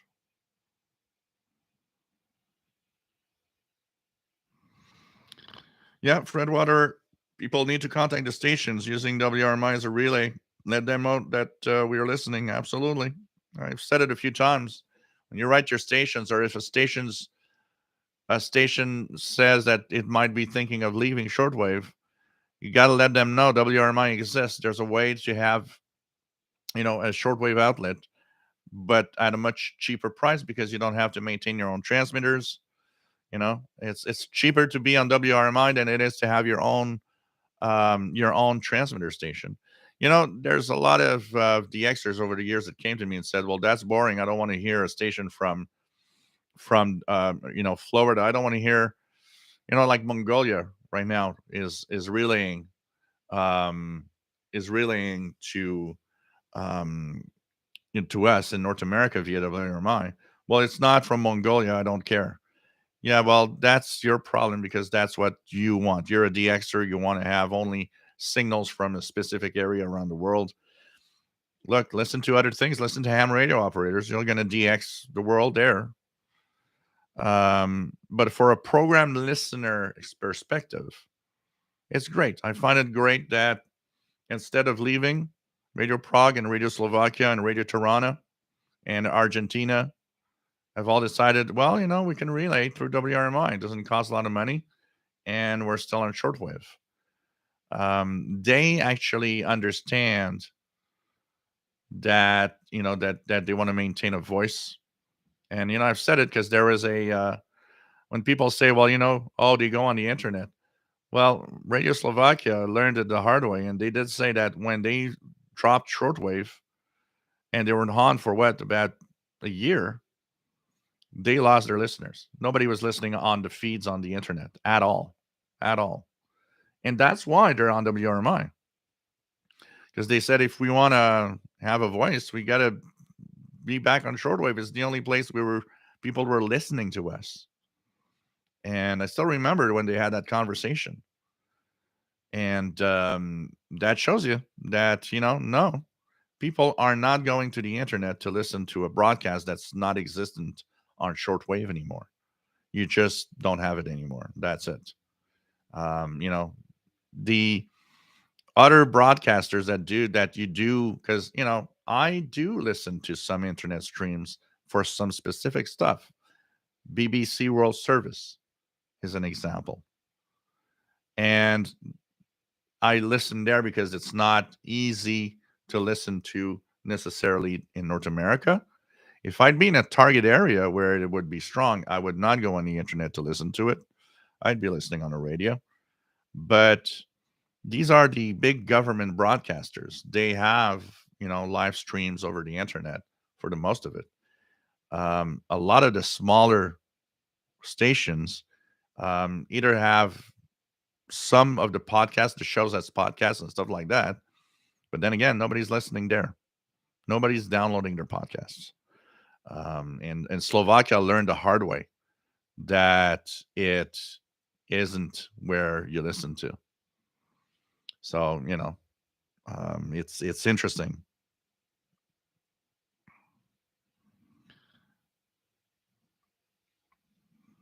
Well, Two Broke Tim, commercial shortwave has never been a good thing. It's not where you go.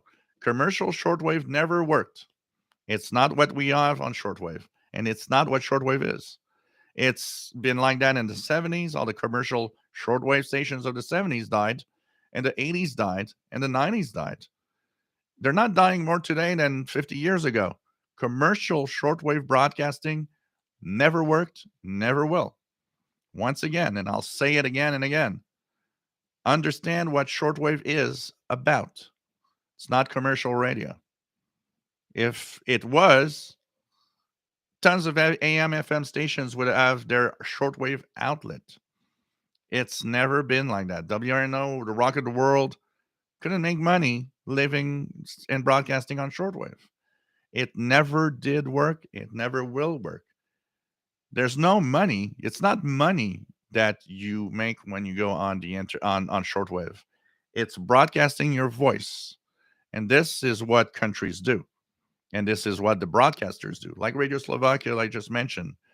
They came back to WRMI because they're like, whoa, we have no listeners anymore. We're doing programs for nothing. And the only way to have, but they're not into making money. It's not a commercial enterprise. It's a government voice, like a lot of the stations from the past. This is what shortwave is.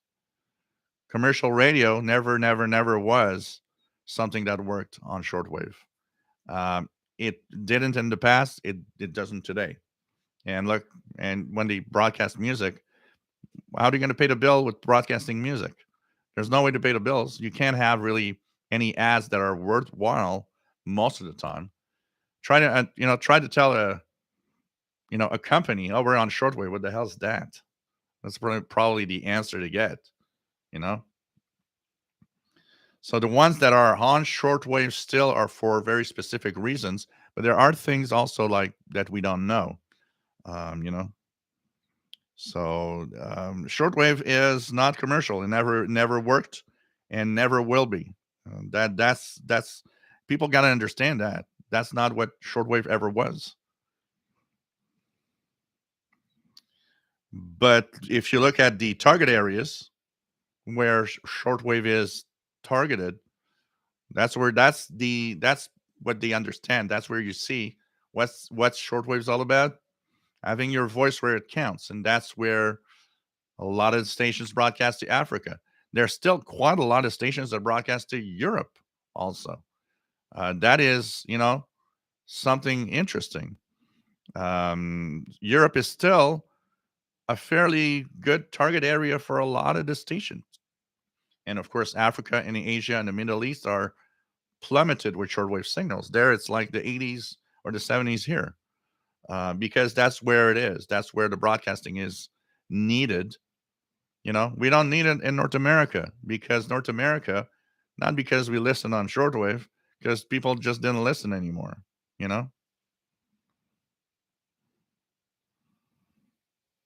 if people went to the internet for the broadcast, there's be a lot of stations on the internet. Once again, the the best example of that, one of the major broadcasters of the world, Radio Netherlands. If the internet was such an important thing, they would have said, we're not going all in on streaming. This is where you'll get Radio Netherlands broadcasts. Nope, we're shutting down. That's all. And we're shutting down because nobody's listening. And why are they not listening? Not because they were listening, because the internet has some influence. They weren't listening because mostly, and I'll say it again, rising noise levels. And, as time goes by, people found other things to do also. We're there's a lot more to do today with everything than there was way back in the 70s, so with all the diverse stuff that people have, it's like, where do you put your money, and where do you want to listen to a sketchy, hard to hear station? Most people don't want to do that. We do it because we're crazy people. But most people will not want to listen to a station that's hard to hear. And the major problem is, it is the case for a lot of stations, even when they're powerful, because of the noise level. So they stop listening. They don't replace it with, oh, I'm going to listen to Radio Romania on the internet now. No, they just stop listening and do something else. The shift is going somewhere else. It's as simple as that. Um,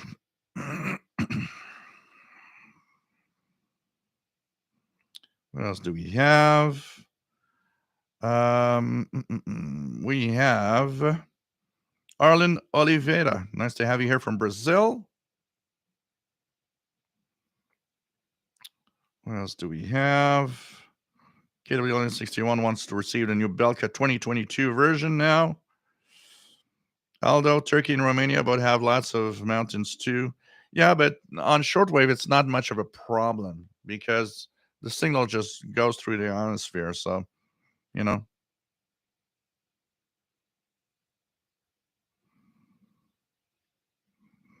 So take care, Sal. What else do we have?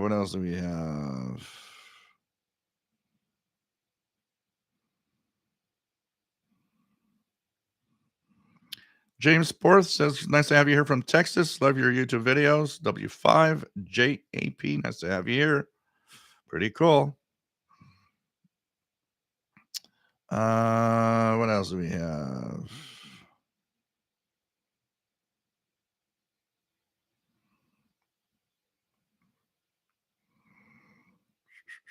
We're getting close. So we are there. There's the CW stations that we have to look at. So right now, if you want to have or try a number station, and we just had the start of, let me just check it out if it's still there. So 6859 CW. And let me check out if I hear something here. CW 6859 CW.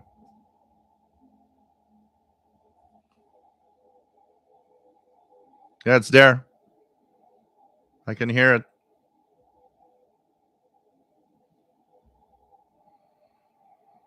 There's Morse code on 6859 CW or 6858 upper sideband if you want to try it. That's the M12 number station out of Moscow, Russia. In 16 minutes from now, it's going to be on 7459. So I'm hearing the Morse code on 6859 if you guys want to try it.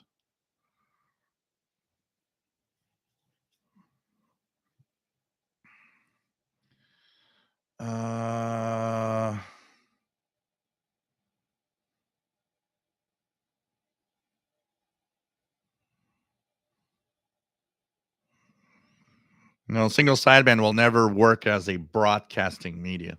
People have a hard time already tuning it. Even though it's more efficient, Aldo, it never will take on for broadcasting. Matt says, in this day and age when electricity generation is an issue, shortwave broadcast looks quite inefficient. Getting power is probably something many have to do. Definitely.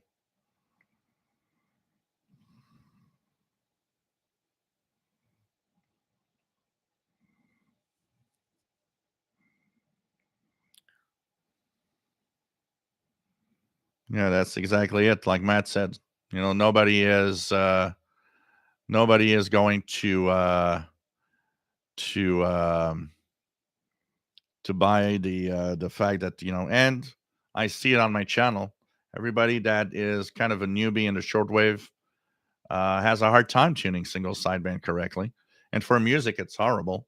So if you want to listen to music shows, forget it. Unless you got a very precise tuning, it sounds weird. So single sideband for broadcasting is useless. All right, Jay Dakota, Voice of Greece still exists on internet radio, and you want to bet nobody listens except a few little, people here and there that know about it. I can bet you that they lost probably 90% of all their listeners uh, when they left shortwave. There's a lot of people. Apparently, there's a lot of fishermen, the Navy, that were all in the Mediterranean that were saying, well, we're going to lose the only way that we actually really can hear Greece when we're at sea. And, Ricky, I remember as a younger, shorter listener being frustrated at the fact that Montreal was just a bit too close to Sackville. After a certain hour, things skipped over us. Yeah, it happened regularly. I would listen to um, I would listen to Radio Canada, but sometimes it was hard. Definitely. Timothy says WLW tried, never worked. Yep, it's not shortwave is not a commercial thing.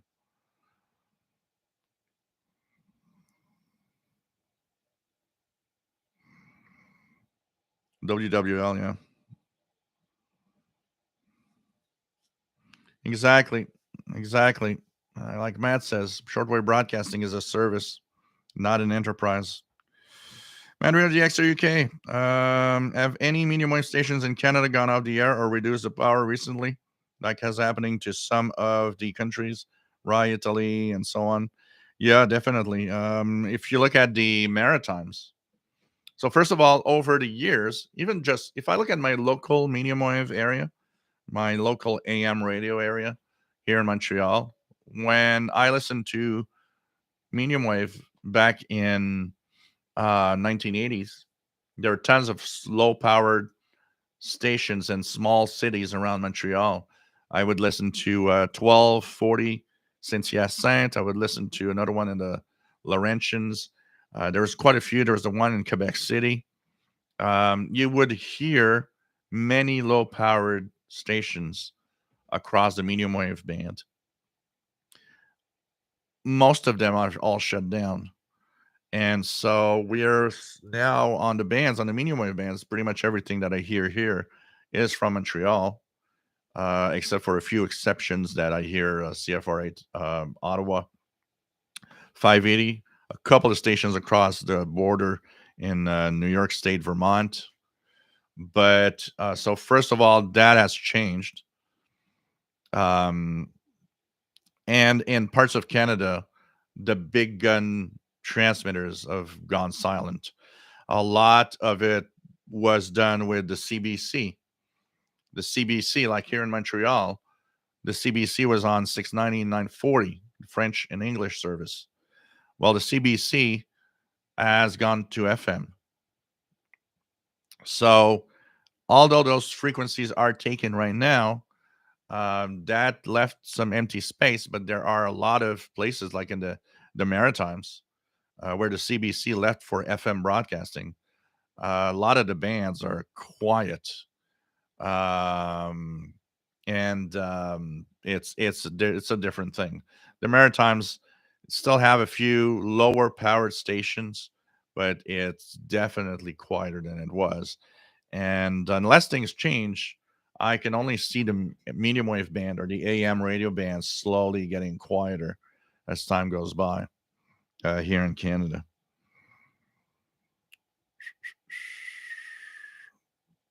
Aldo says kids today big on tech, yet they ask what is shortwave.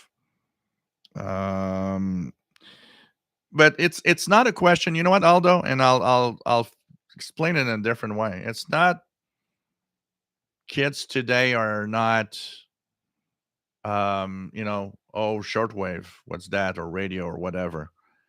It's the same thing as in the past. When I got into radio 40 years ago, there's like really no one interested in radio. Kids back in that day, you would not see kids with radios, except for maybe listening to their favorite FM station for the music they want to hear. And so it's the same aspect for radio listening. I think it's not that today's kids are, oblivious to shortwave. It's always been like that. We've always been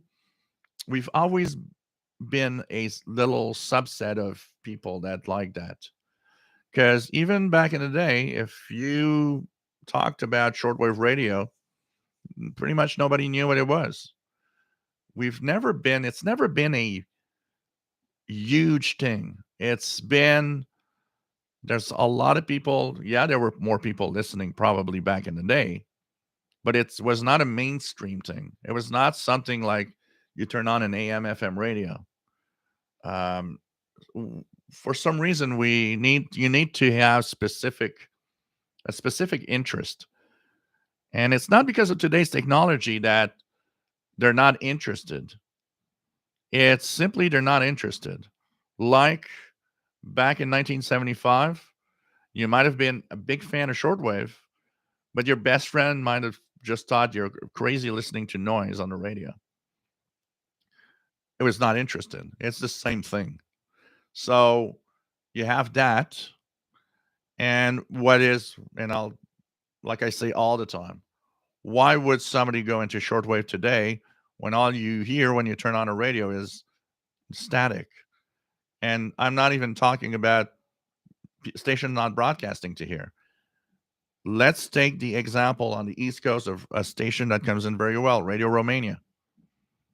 Radio Romania is loud and clear, but in most homes where there's electronics everywhere, take a portable radio, punch in Radio Romania.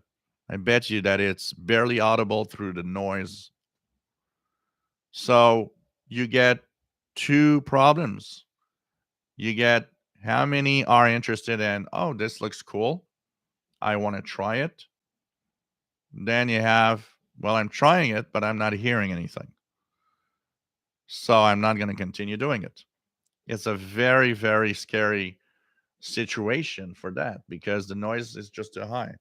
And as if we have more and more of it, we're talking tomorrow on the International Radio Report. One of the things we're going to talk about is the rising noise due to a new technique of electric vehicle wireless charging that's coming. And apparently, that is a big threat to everything below 30 megahertz. So, what do you do? People don't want to listen to noise, they want to hear something most of the time. And even if people are interested in trying it, and even if broadcasters are there, and a lot of the situations we're in here, unfortunately, noise is too high, making it impossible. How many of you guys have gone to a park? I've gone to a quiet location, turned on the radio, and it's like, well, it's a different world. I hear tons from everywhere. But then you get back home and it's like, yeah, okay, I don't hear anymore.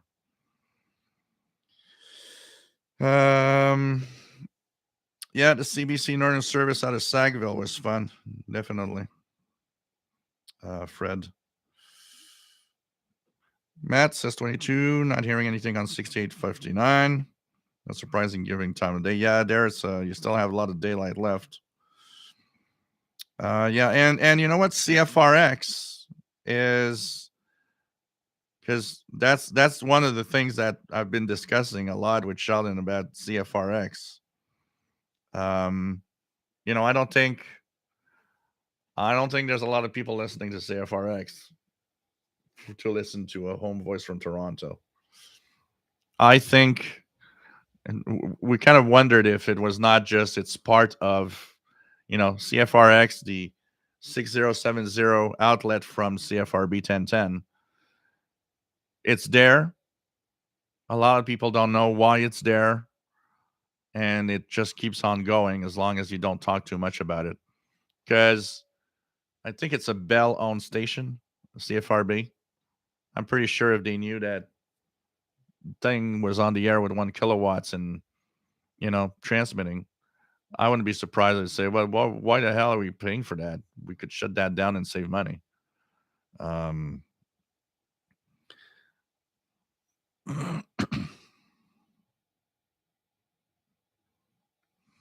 Mr. Shifter caught voice of the report of the world for the first time on Friday. Pretty cool. I haven't heard VORW in a little while. Jim Gordon used to listen to HDJB 21455. Sometimes it was the only outlet audible. However, I wasn't aware that it was a attempt to save space on broadcast bands. Change days indeed. Yep, it was an experimental broadcast. It's an experimental. It was an experimental broadcast that came out of the talk of let's be single sideband. Also single sideband had the nice fact that it was, single sideband makes it easy in conditions where AM sometimes is hard to listen to.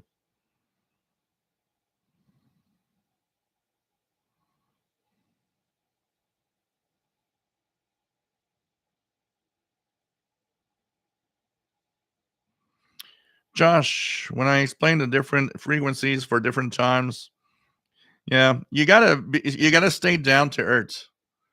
Uh, you gotta stay down to earth and just explain what you might be listening to or countries you'll hear on the air. And then not go too technical because you'll lose pretty much 99% of everybody. Um, the next frequency for CW from Russia, 7459. So 7459 CW. You guys should hear in a couple of minutes.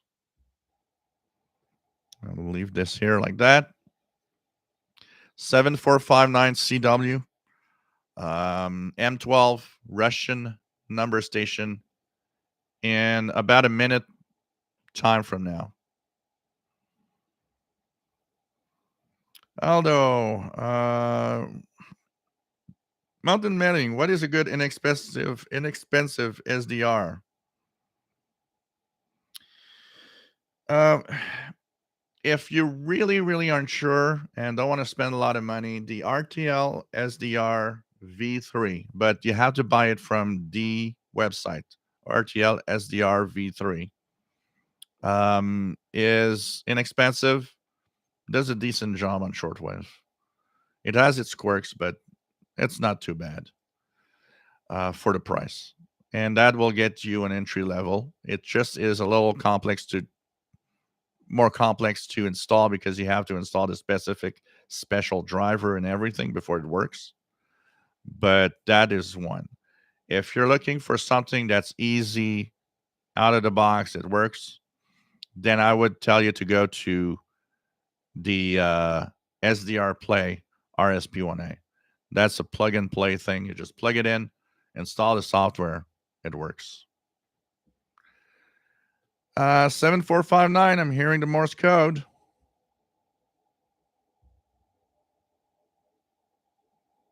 $7459.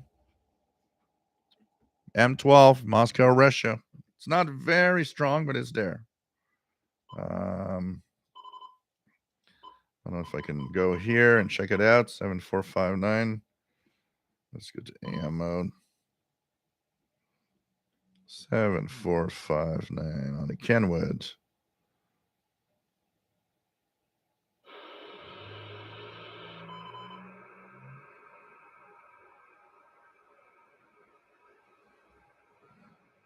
It's there in the noise.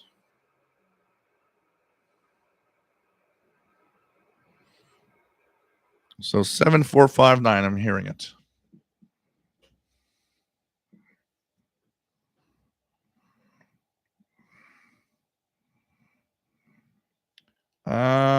Chris Powell, I've been doing this hobby since I was a kid.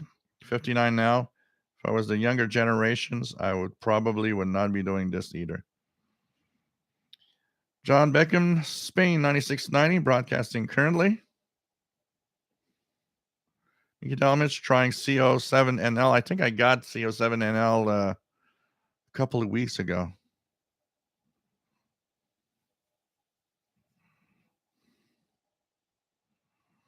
Yeah, I'm pretty sure they lost most of the listeners when they got off.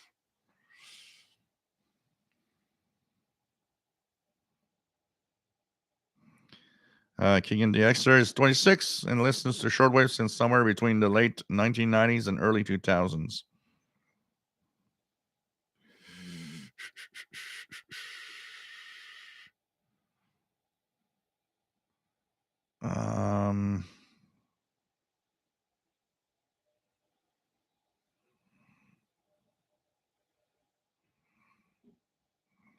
What else do we have?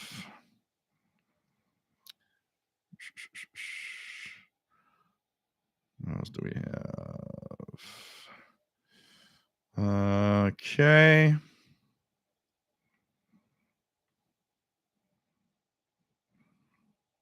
Yeah, software-defined receivers are pretty capable. Thank you, Francis Moore, for the tip.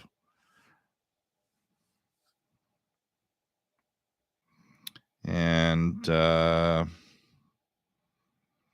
given the confidence to go for your foundation license in the UK. Cool. That's the spirit.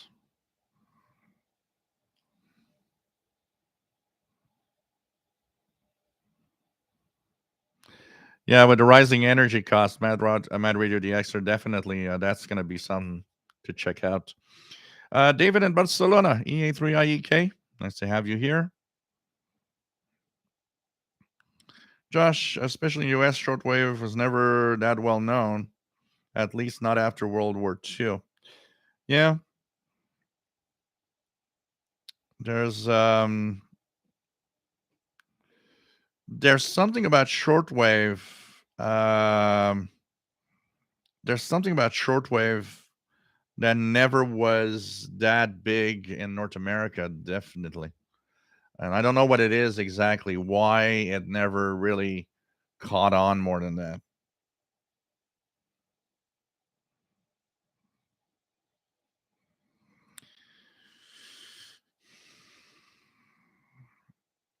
Bud Householder says Pirate on 6929 in is S7 in Ohio. And Matt has 6925 and 6950. Let's check them out.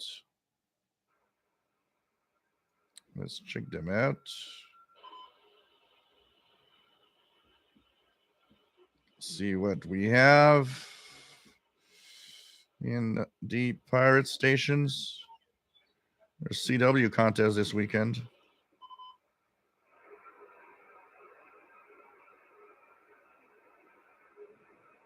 I'm hearing it's not very strong, but it's down 6950.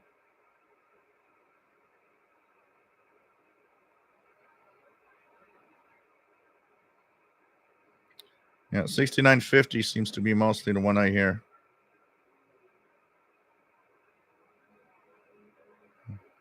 With some music. Thank you for the tip, Mountain Meddling.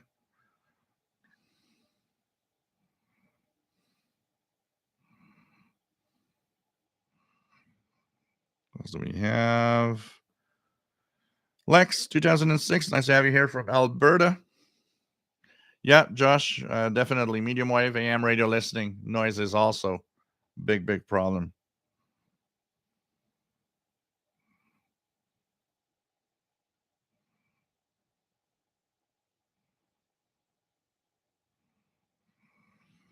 Yeah, because medium wave, that's also another problem for medium wave or AM radio is the fact that the land for these huge antennas is worth a lot of money. And an FM transmitter, smaller antenna, smaller space. Glenn says it's like shortwave has to hook you and not the other way around with listeners and grab a person's interest and patience. It's the problem I think is it's something that you like or not. It's something that amazes you or not. Um, and if it amazes you, you're gonna try it. You're gonna want to do it.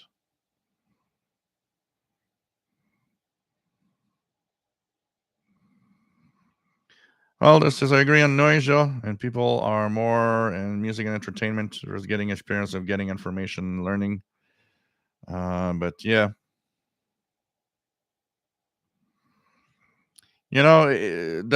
the low noise and the number of stations back in the day was the fact that you turned on a radio and you would hear something easily. And so even if you weren't that necessarily that interested in the technical aspect, you would get at least maybe the interest of, well, there's all of these languages and stations and stuff that it would keep you there maybe, even if uh, my best friend from the time that had also the X100 about a month or two after I got one was listened for about a year and a half. The difference is after a year and a half, his interest waned. And as you went to college, shortwave wasn't, didn't have time for shortwave. It wasn't there anymore. Where I kept going and I kept listening. So, it was like a thing that was cool for a while. Then we move on. And for him, and probably a lot of people also had that aspect. Glenn says it's like certain food they have to acquire the taste. Same goes for shortwave radio. You get hooked or you don't. Yeah, definitely. Fred Waterer, I heard an air check from 1968 of CFCF yesterday. DJ Dave Boxer, I mentioned CFCF on, yeah, 6,000. Yeah, CFCF was on 600 kilohertz AM and 6,005 kilohertz on shortwave.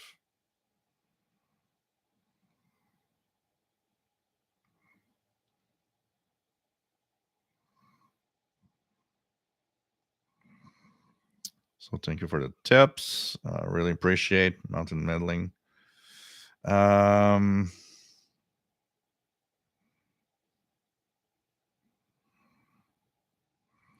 it's I don't even know if people actually know CFRX is on the air. It is and was intended for the northern parts of Ontario, um, and things like that. Definitely, the idea behind it was that. But I'd be curious to know who actually knows about that. Honestly, it's kind of interesting.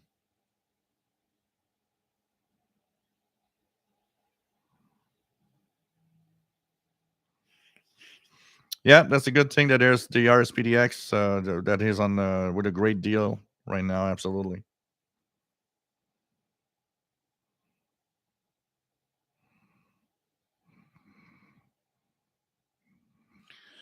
Haldo, I know that for the buzzer frequency UVB 76, they had it was reported a few years ago that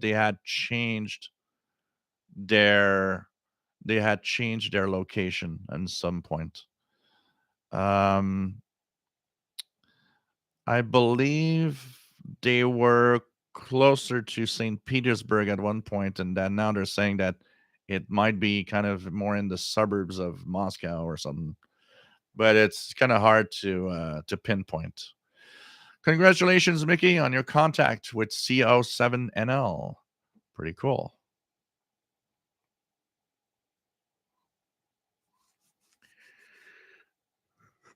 Chris Bell, 7459 in Minnesota, but weak.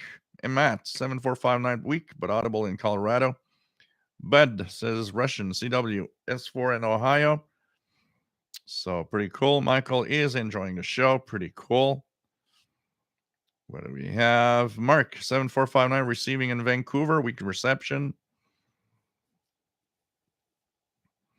KW1161. It is ironic now that stable low-cost receivers are available. The stations are leaving. The problem is we've never been in a position where having a good radio is so cheap in price, so inexpensive. But the rising noise and all of that will make them uninteresting for a lot of people, unfortunately. How's my weather? Kimberly asks. We're kind of in a little warmer. The snow has melted. It's +6 Celsius, so it's like what 40 Fahrenheit, something like that. But all the snow is gone, so we're kind of back on the asphalt. It looked much more like winter last week. This week now we're back on the grass and pretty gray weather. Mountain meddling with that RTL SDR gave me the waterfall. Yes, you will have a waterfall. Absolutely. RJ Dakota, there used to be an obscure law that prohibited commercial shortwave for an internal broadcast. Some countries like Brazil have internal shortwave broadcasts. South Africa used to have a couple. Yeah, in the U.S., there was this because it's like that Voice of America rule that they're not broadcasting towards the United States and that a lot of U.S. citizens, if you write, they won't reply back. It's kind of weird.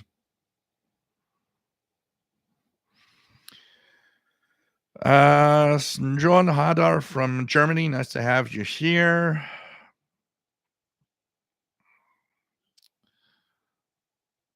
Richard Wagner, 6950, Pirate Drunken Radio.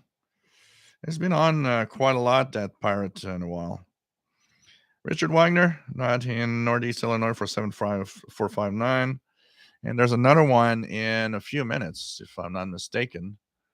In 6 minutes, in case of traffic. So that means there needs to be something on for traffic, but 7959. 7959 is the next CW broadcast from M12 Moscow. If there's traffic, as they say, which means it could be there, it could be missing. It depends if they have something to say to their spies, I guess. So 7959 CW in 6 minutes.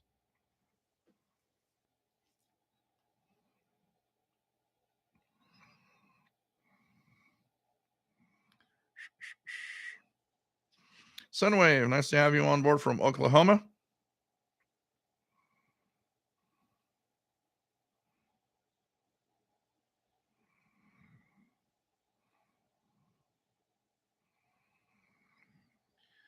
Yeah, I've stumbled upon the EAM messages on their frequencies from time to time.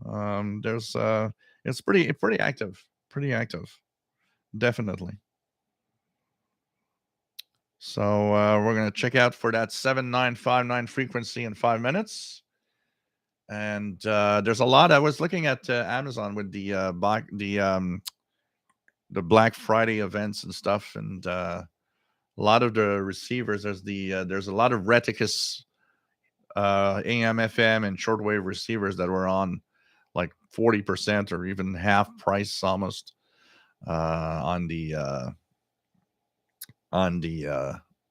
Amazon Canada. John Beckham, Hanrungda K603 portable is very similar to Reticus V115, but the sensitivity is better on the Hanrungda, as well as the Hanrungda has Bluetooth also.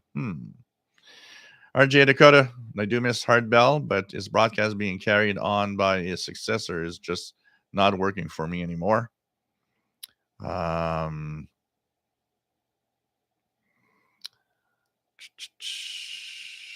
Aldo says Air Force One the other day on EAM. Cool. Sunwave, what's frequency we're checking in 5 minutes again?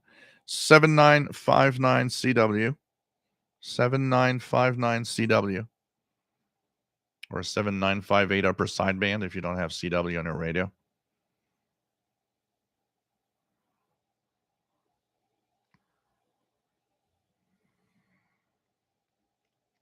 Richard Wagner, whenever I hear about the number spy broadcast, it reminds me of the Americans. The One of the things I wanted to talk today, as we're waiting for this broadcast to happen, if it does, is we've been hearing and I've been seeing a lot of reports of hey, Darren Rogers, nice to have you here. A lot of reports of some new number stations that are not yet uh, in any lists, popping up apparently almost randomly. And the people that actually get to listen to him hear him by accident. And when they search for information, none is available on the internet anywhere, even on the standard lists, even on Preom. So, and I told you last, was about a year ago, I'd been stumbling on these Morse code stations that randomly seem to show up at frequencies. I've heard a few in the last couple of weeks. Unfortunately, when I get them, I got two, and the two were just like ending their broadcasts on the frequency. One was on 34, 34, no, 3114, 3114. And the other one was around 6430, 6430. And they were broadcasting series of what seemed to be like groups of 5 numbers when I was trying to decode them. And by the time that I, get the camera and all, it's like, yeah, it's gone. So there seems to be some random stations that seem to look like number stations popping up everywhere on the band. And even if you listen back, because like last year, the one I heard once, I never heard anything else again on that frequency. It's almost as if they have a new way of telling the spy will be on that frequency at that time for the message. And they never use that frequency again, ever, to make it even more difficult. And I'm wondering, maybe in their own spy messages, maybe they are having, a schedule in there. Maybe they're having like, oh, by the way, the next transmission is going to be on that frequency at that time. So we don't know, and they pop up randomly everywhere. And of course, they can't be random because they are, they are for spies. So spies need to know when they actually are on the air. So unlike the ones on Preom that we actually know the schedules and when they are on, like now, they kind of just pop up, and you have to be there at the right place at the right time and with the propagation that works for you to hear it. It's pretty crazy. So, yep, Morse code 7959.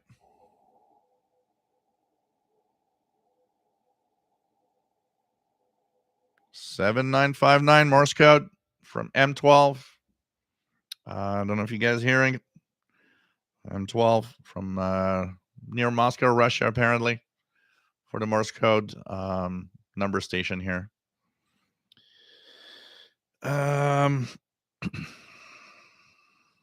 Yep, preom.org is a great website. Thanks for sharing. Forgot to share it. Forgot to share it.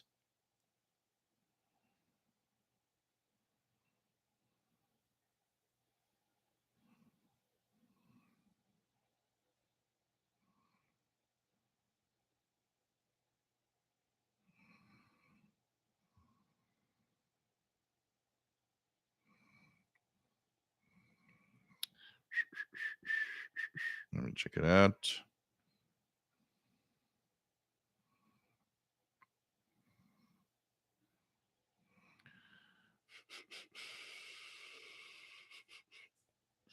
Live from Seattle has 87.64, which is Point Reyes, California, with weather. RJ Dakota picking up 69.50, very weak.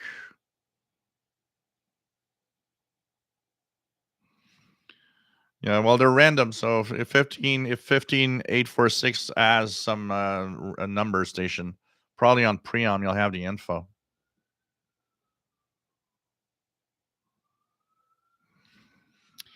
James M says spy visit spy. Yep, pretty much. Yep, the one-time pads. But I guess in their one-time pads, what they're doing is they're also giving the info for the next transmission when it's going to be on, so that not only now do you have these random messages that you don't decode, but you don't even know when they're going to pop up.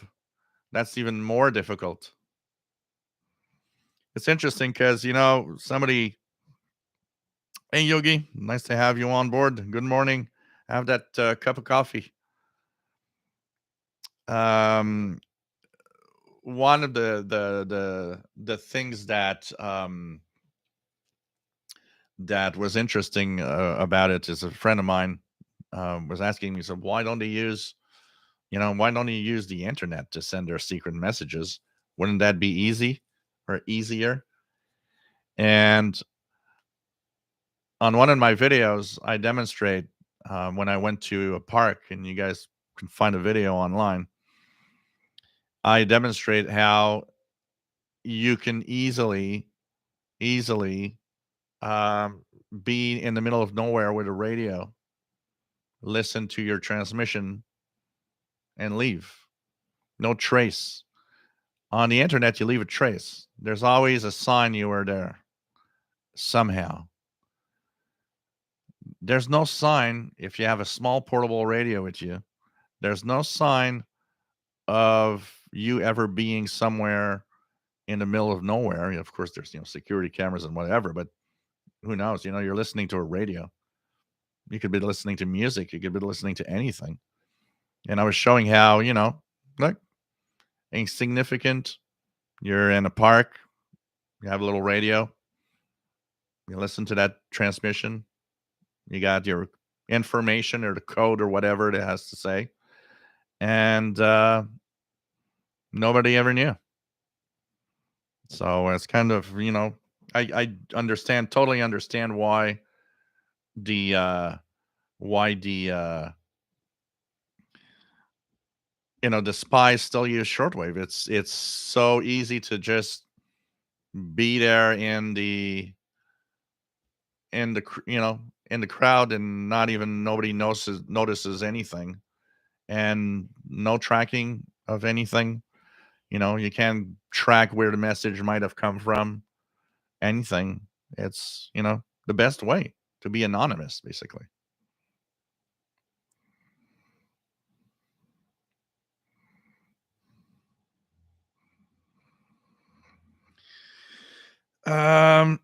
Chris Battle 6959 a week in Minnesota. Richard Wagner 7959. Sorry, hardly intelligible, Northeast Illinois.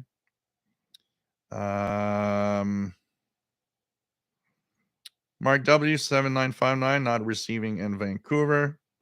Live from Seattle, not receiving much Russian DX here in the West Coast, China, and the Far East. Yes. Mickey Dalmage has 7959 in clear. Yep, definitely. If you're online, you can easily be located. KW1161, I bet the NSA has a real-time SDR to grab all the RF spectrum at a time, plus AI to look for number stations. It's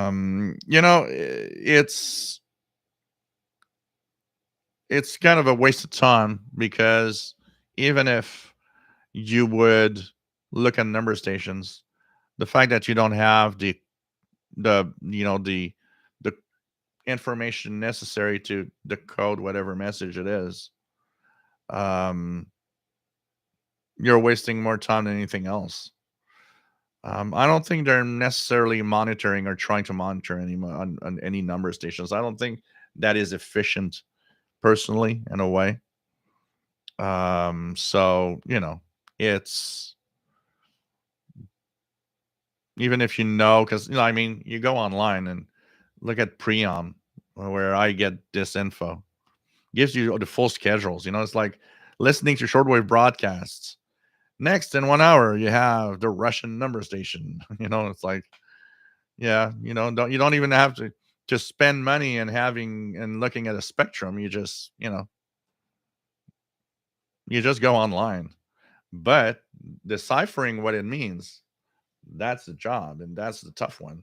And the way it's probably done, it's unless you've got the key, unless you've got what it needed to get that message, I have no idea. And you won't even know.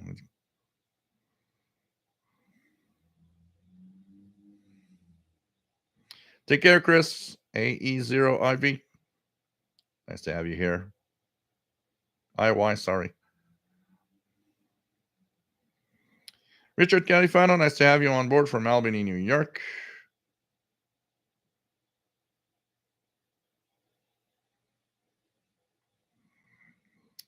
Remember when XM had a shortwave radio channel? Oh, I didn't know about that. Sunwave 7959 a week in Oklahoma.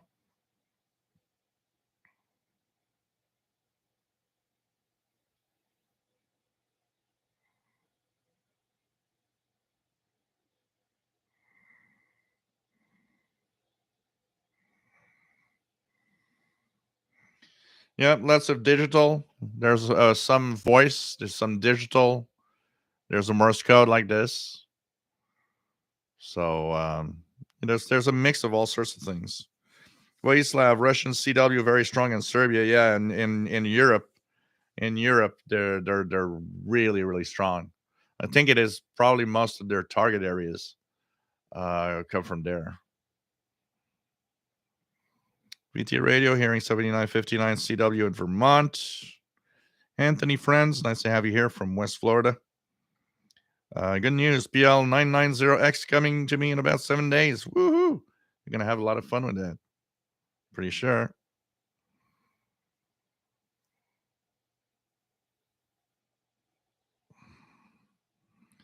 Yeah, Enigma and all this stuff. Pretty crazy. Matt says 7959 is by far the strongest of the three M12 broadcasts. Again, not much of a mystery as to why that's the case. Sunwave, I'm receiving another Secret Skywave SSB with 9-foot wire. Pretty cool. Mark Kidd, WM9K 7959, very weak here. Can tell there's something, but can't decipher it.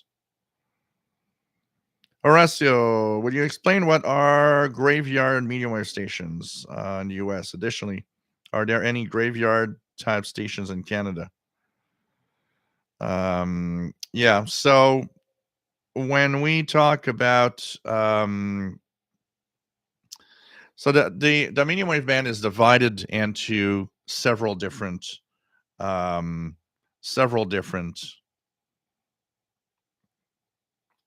frequencies, and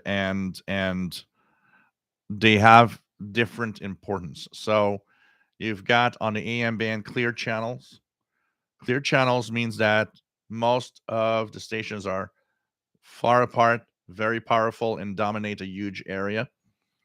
So there are frequencies dedicated to clear channel stations. You can have some much smaller stations in there also, but they have to not interfere with the main channel holder if you want. So there's quite a few frequencies that you have what's called clear channels. The graveyard is a lot of the frequencies that are in the medium wave bands are graveyard frequencies. They call them that because they're low power. There's tons of stations there. Usually, a graveyard frequency will have a station of weak power or power that either they're going to shut down at sunset, or if they don't, they're very low power at night as to not interfere with each other. And they set There's a I'm just gonna check something here. There's a set of frequencies that are specific for graveyard stuff. Let me just go here. AM graveyard. I think there's a graveyard frequencies. Just check it out here. AM graveyard frequencies. So there are local channels and frequencies that are used on the AM dial, and they're 1230, 1240, 1340, 1400, 1450, and 1490 kilohertz. These are the official frequencies listed for graveyard. But there are more than that that are graveyard like also on the bands. So these, like I said, most of them are for local broadcast to a small town, low power. They're meant to be heard mostly in a small town. If you listen to one of those frequencies, all you hear is a big, especially at night when the propagation goes far, a big mess of noise.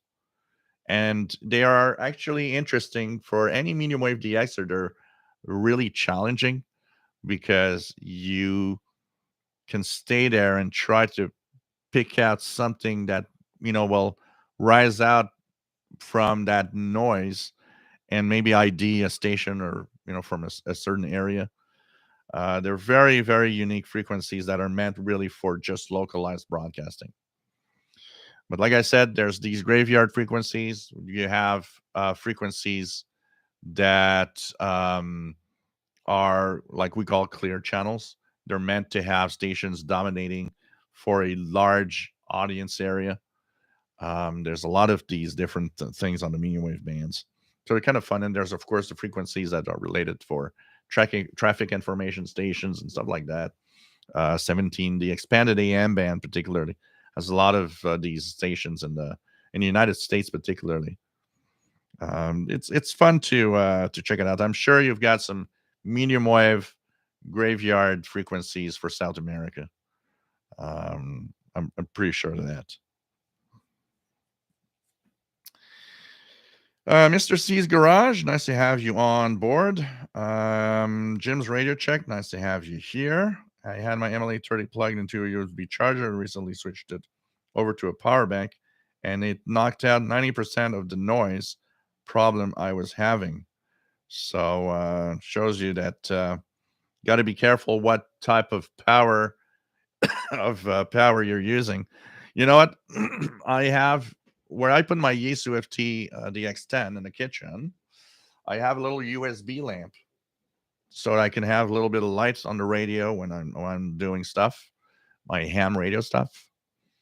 And I plugged it in to a power bank that I had because it wasn't easy for me to have access to a USB port to plug, for power or with an adapter.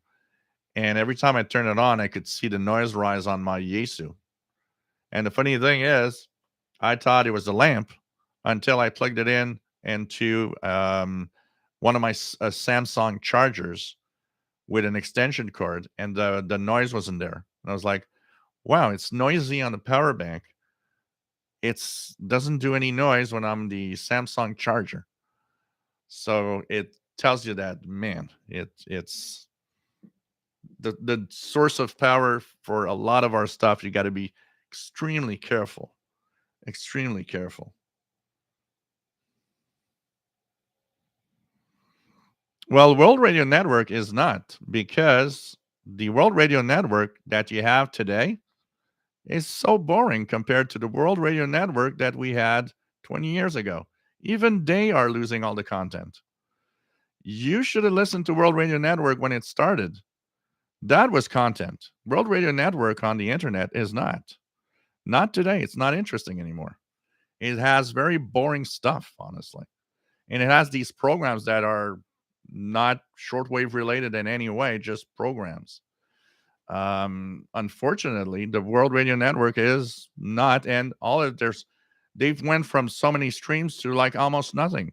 Another example, if they had listeners and they had people there listening to stuff, they would not have downsized from the beginning. Again, shows you that the internet is nobody's listening there. It really, really shows. You're trying to prove that the internet is where people are going to Brook Tim, and they're not. It's when they get off of the short wave, they don't go on the internet. They're just not doing that anymore. And nobody knows about the World Radio Network, and nobody knows about any of those stuff. A little bit like nobody knows about shortwave either. But on the internet, you're in a mess of stuff. You're in the middle of so many things. Who's going to think of listening to international broadcasts on the internet in a way? No one.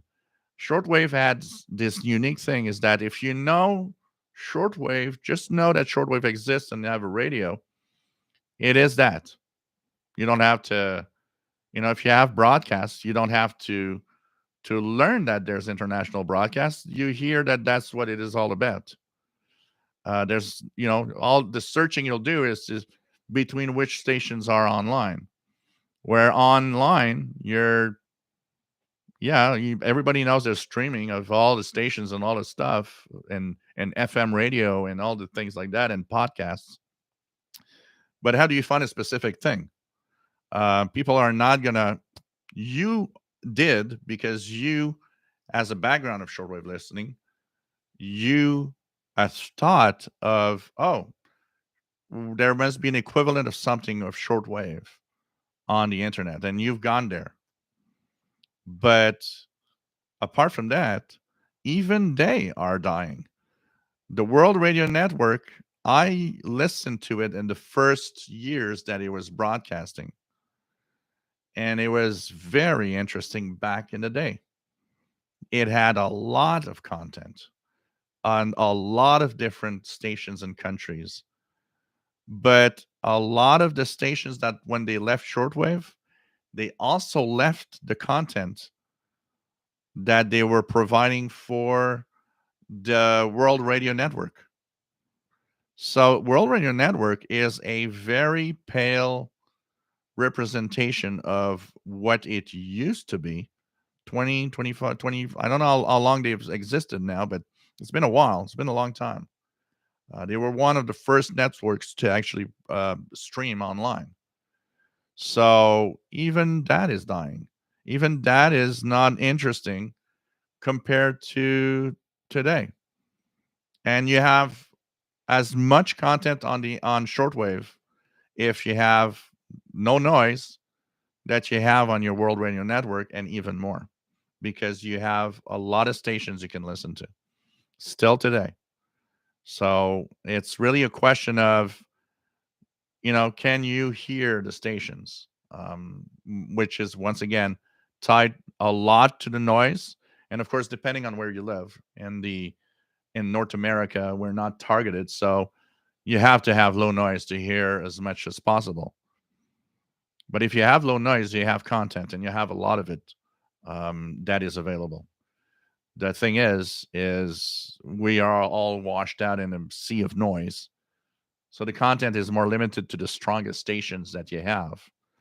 But it is sad because even the World Radio Network is boring to before from what it was.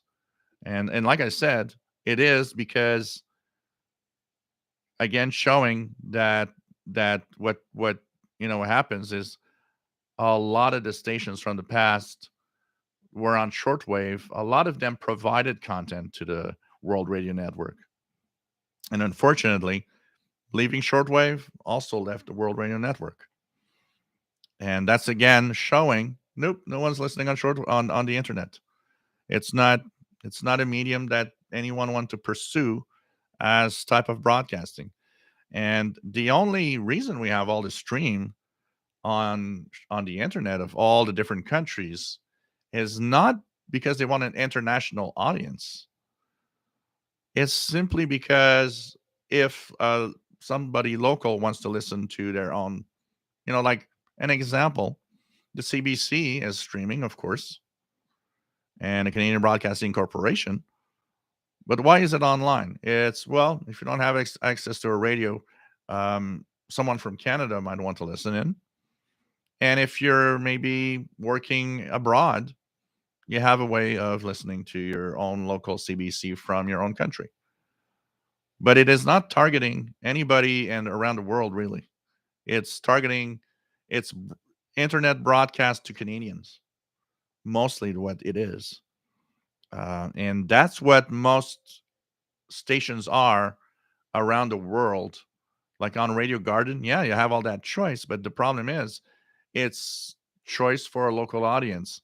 There are streams that are very specific. There are things that exist on there that are streams for general streams for an international audience. They're trying to get an international audience out of there, but most of it is catered for. It's a local station for a local audience that maybe at some point wants to also to listen to um, something from their home country or their hometown. But it's not catered for like it was like shortwave is, because a lot of it is local languages you never understand. I was saying, giving as examples, Radio Norway was in English when it was on shortwave because it was catered programming to an international audience. The internet is not that. The World Radio Network is, because it comes from the fact of trying to gather as much of what the shortwave stations were and have it on a streaming platform. And the idea is great. I remember somebody telling me when it started, that's going to kill shortwave. When it's not going to kill shortwave, but it gives you another way of listening to maybe what you're hearing on shortwave, which I thought at the day was actually pretty cool. Until, like I just said, the content you have today from the World Radio Network is a lot less and a lot less interesting. I'm sure there are some interesting shows in there, but as shortwave stations left, also did they remove their content there. So it came from an interesting multi-stream of different targets of all sorts of things that were aggregated a little bit the from the shortwave broadcasters and some other content, but they've all kind of disappeared with the stations disappearing. So it's a small version of what the World Radio Network used to be that is available today. And I've listened a few times. I went back and listened a few times. I have to say I haven't stayed there much.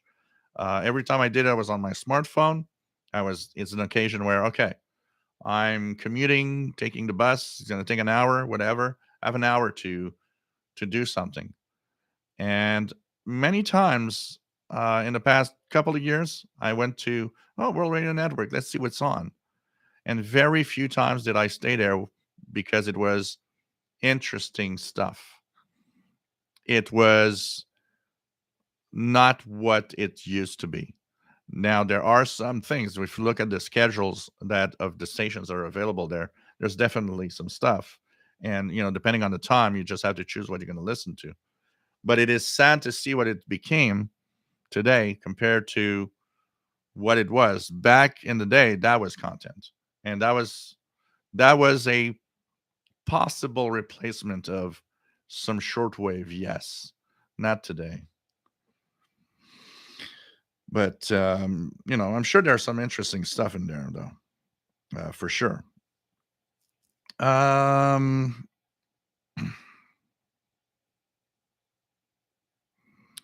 what else do we have?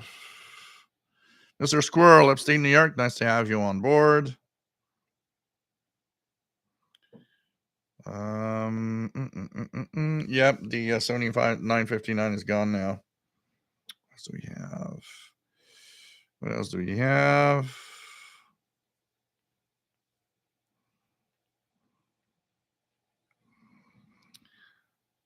Josh, interestingly, I often get the best reception in my basement. Fewest of electronics down there. We all have that spot in our home that is better than another. And here for me, it's my kitchen.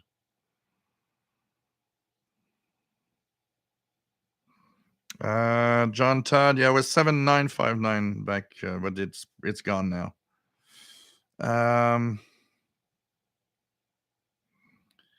Saint Three Mad Radio DXer, take care, my friend.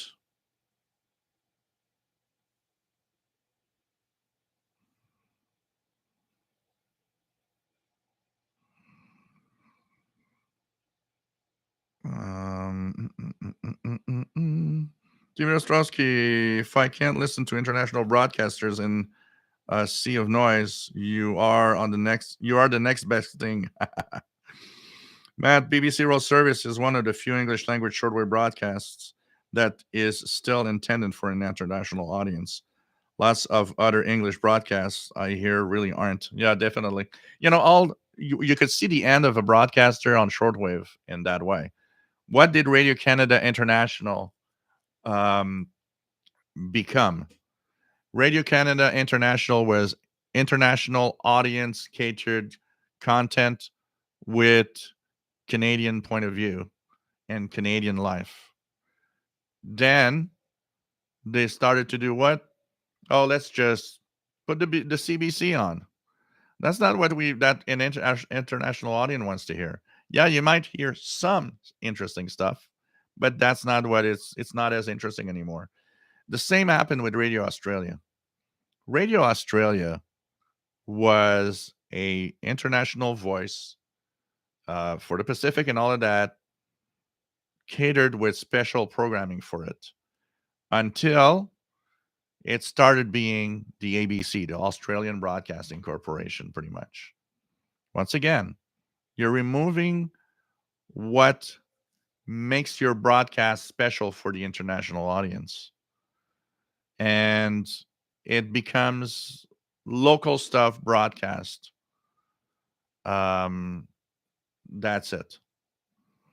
Well, when that happens, you removed a lot of what your voice was. And the content is immediately not as interesting most of the time. So,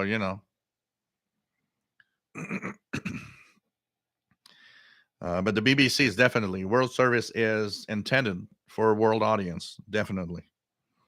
John Beckham, 6180 11780, Radio Nacional Amazon, rolling in Northeast Florida. Sunwave, internet streams that considered as radio to me is not radio.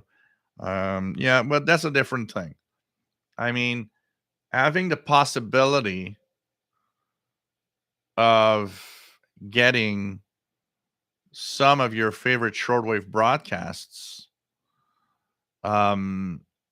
through a stream is one thing. It's a different thing. An example is if I really like a station, I will not, I will at times say, well, I didn't hear it well today.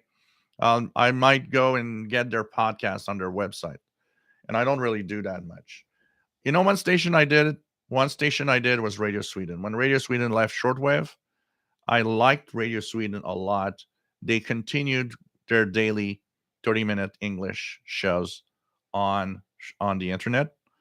It was one of the rare stations that I actually took the time every day to listen to their podcast of Swedish daily life, because it was still Radio Sweden.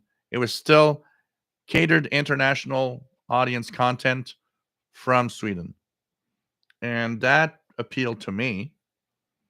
I'd prefer listening on shortwave, but if it wasn't there, I did make the effort. There's not a lot of stations I make an effort doing that. The World Radio Network back in the day was fun for that.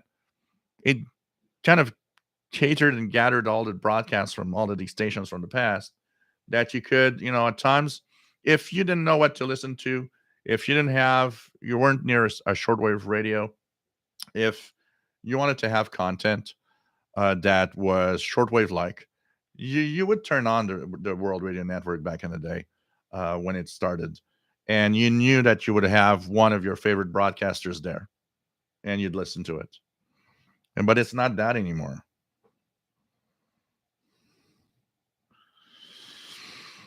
What else do we have?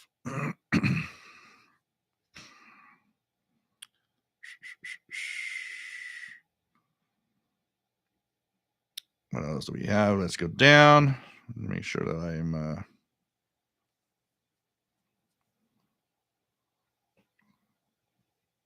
Prasad, nice to have you here from India. It's a pleasure having you on board all of the time. Pretty cool.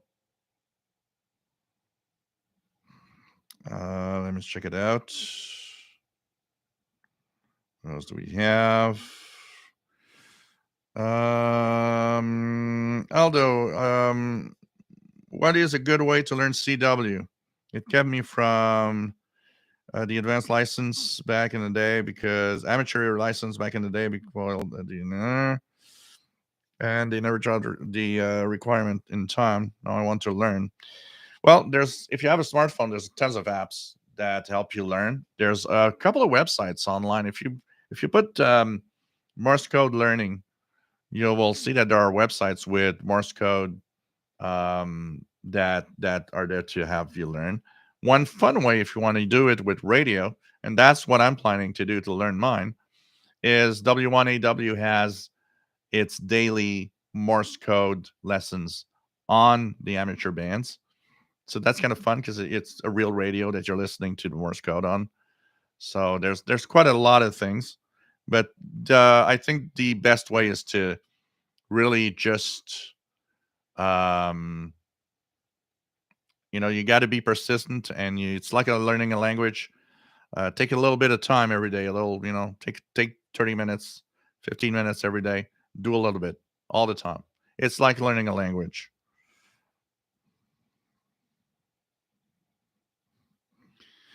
Josh, pre-social media internet is dying too. What else do we have? Down. So what else do we have?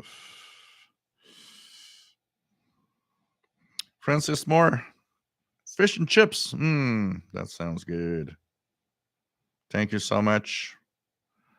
Stay safe. Yogi says the problem with WRN is that if you want content from a particular station, you would go directly to the broadcaster's website, not WRN.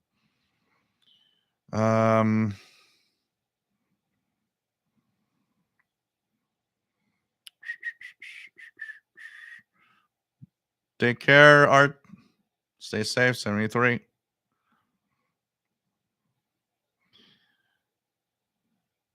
Mr. Shifter, correct. Most broadcasts on shortwave now are just pre-recorded shows. Channel Rain International being prime example. Not much is actual live transmission from a studio. Yeah, a lot of them were still were recorded back then, but at least they were catered more for an international audience. Forget your life. Also, a lot of the good stuff is spoiled by the nonstop news and stories put on all day long instead of evening programs. Yeah. Radio Amazon is from Brazil, Darren Rogers. David in Barcelona, same with Radio Nacional Espagne, piped over REE. Yeah. It's sure not the what we used to hear. That's for sure. You know. So anyway, I've had to stop using Skywave Schedule. Seems to be unstable on my device, so I installed the other one, Shortwave Schedules, and paid for the On Now feature, and it works great. Timothy, Australia. I like country music. Saturday night coming on Saturday mornings. Mickey Damage. I was a regular listener to World Radio Network in the 90s with my C-band satellite dish. Great lineup. Radio Netherlands, RVI Belgium, Polish Radio, Radio Sweden, Radio France, World of Radio, and so. Yeah, back in the day, it was a great thing. Back in the day was truly you could listen to your favorite stations via the World Radio Network.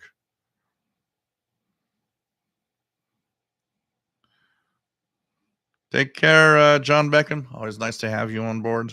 73. Let me just go down here. Beam C Bike. Nice to have you here. Take your time. Take your time. And learn learn your code. There's a lot of help for that. Nothing meddling. Still here, but time for pizza.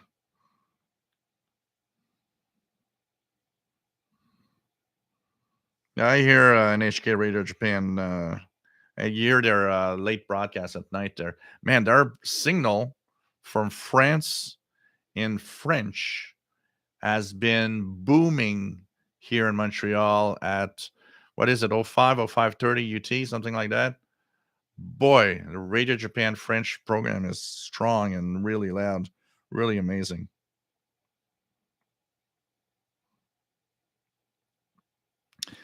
Yeah, Ricky, a shortwave has also that side is the more languages you can understand, the more content you have.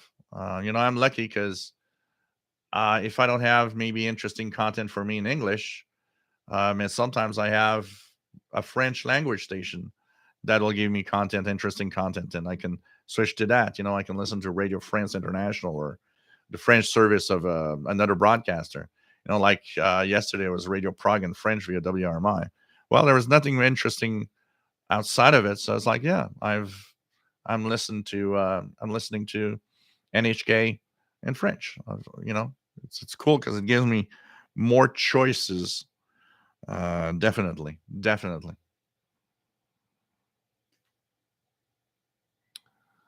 Um, Live from Seattle. I wish I knew Chinese. CRI dominates on the dial.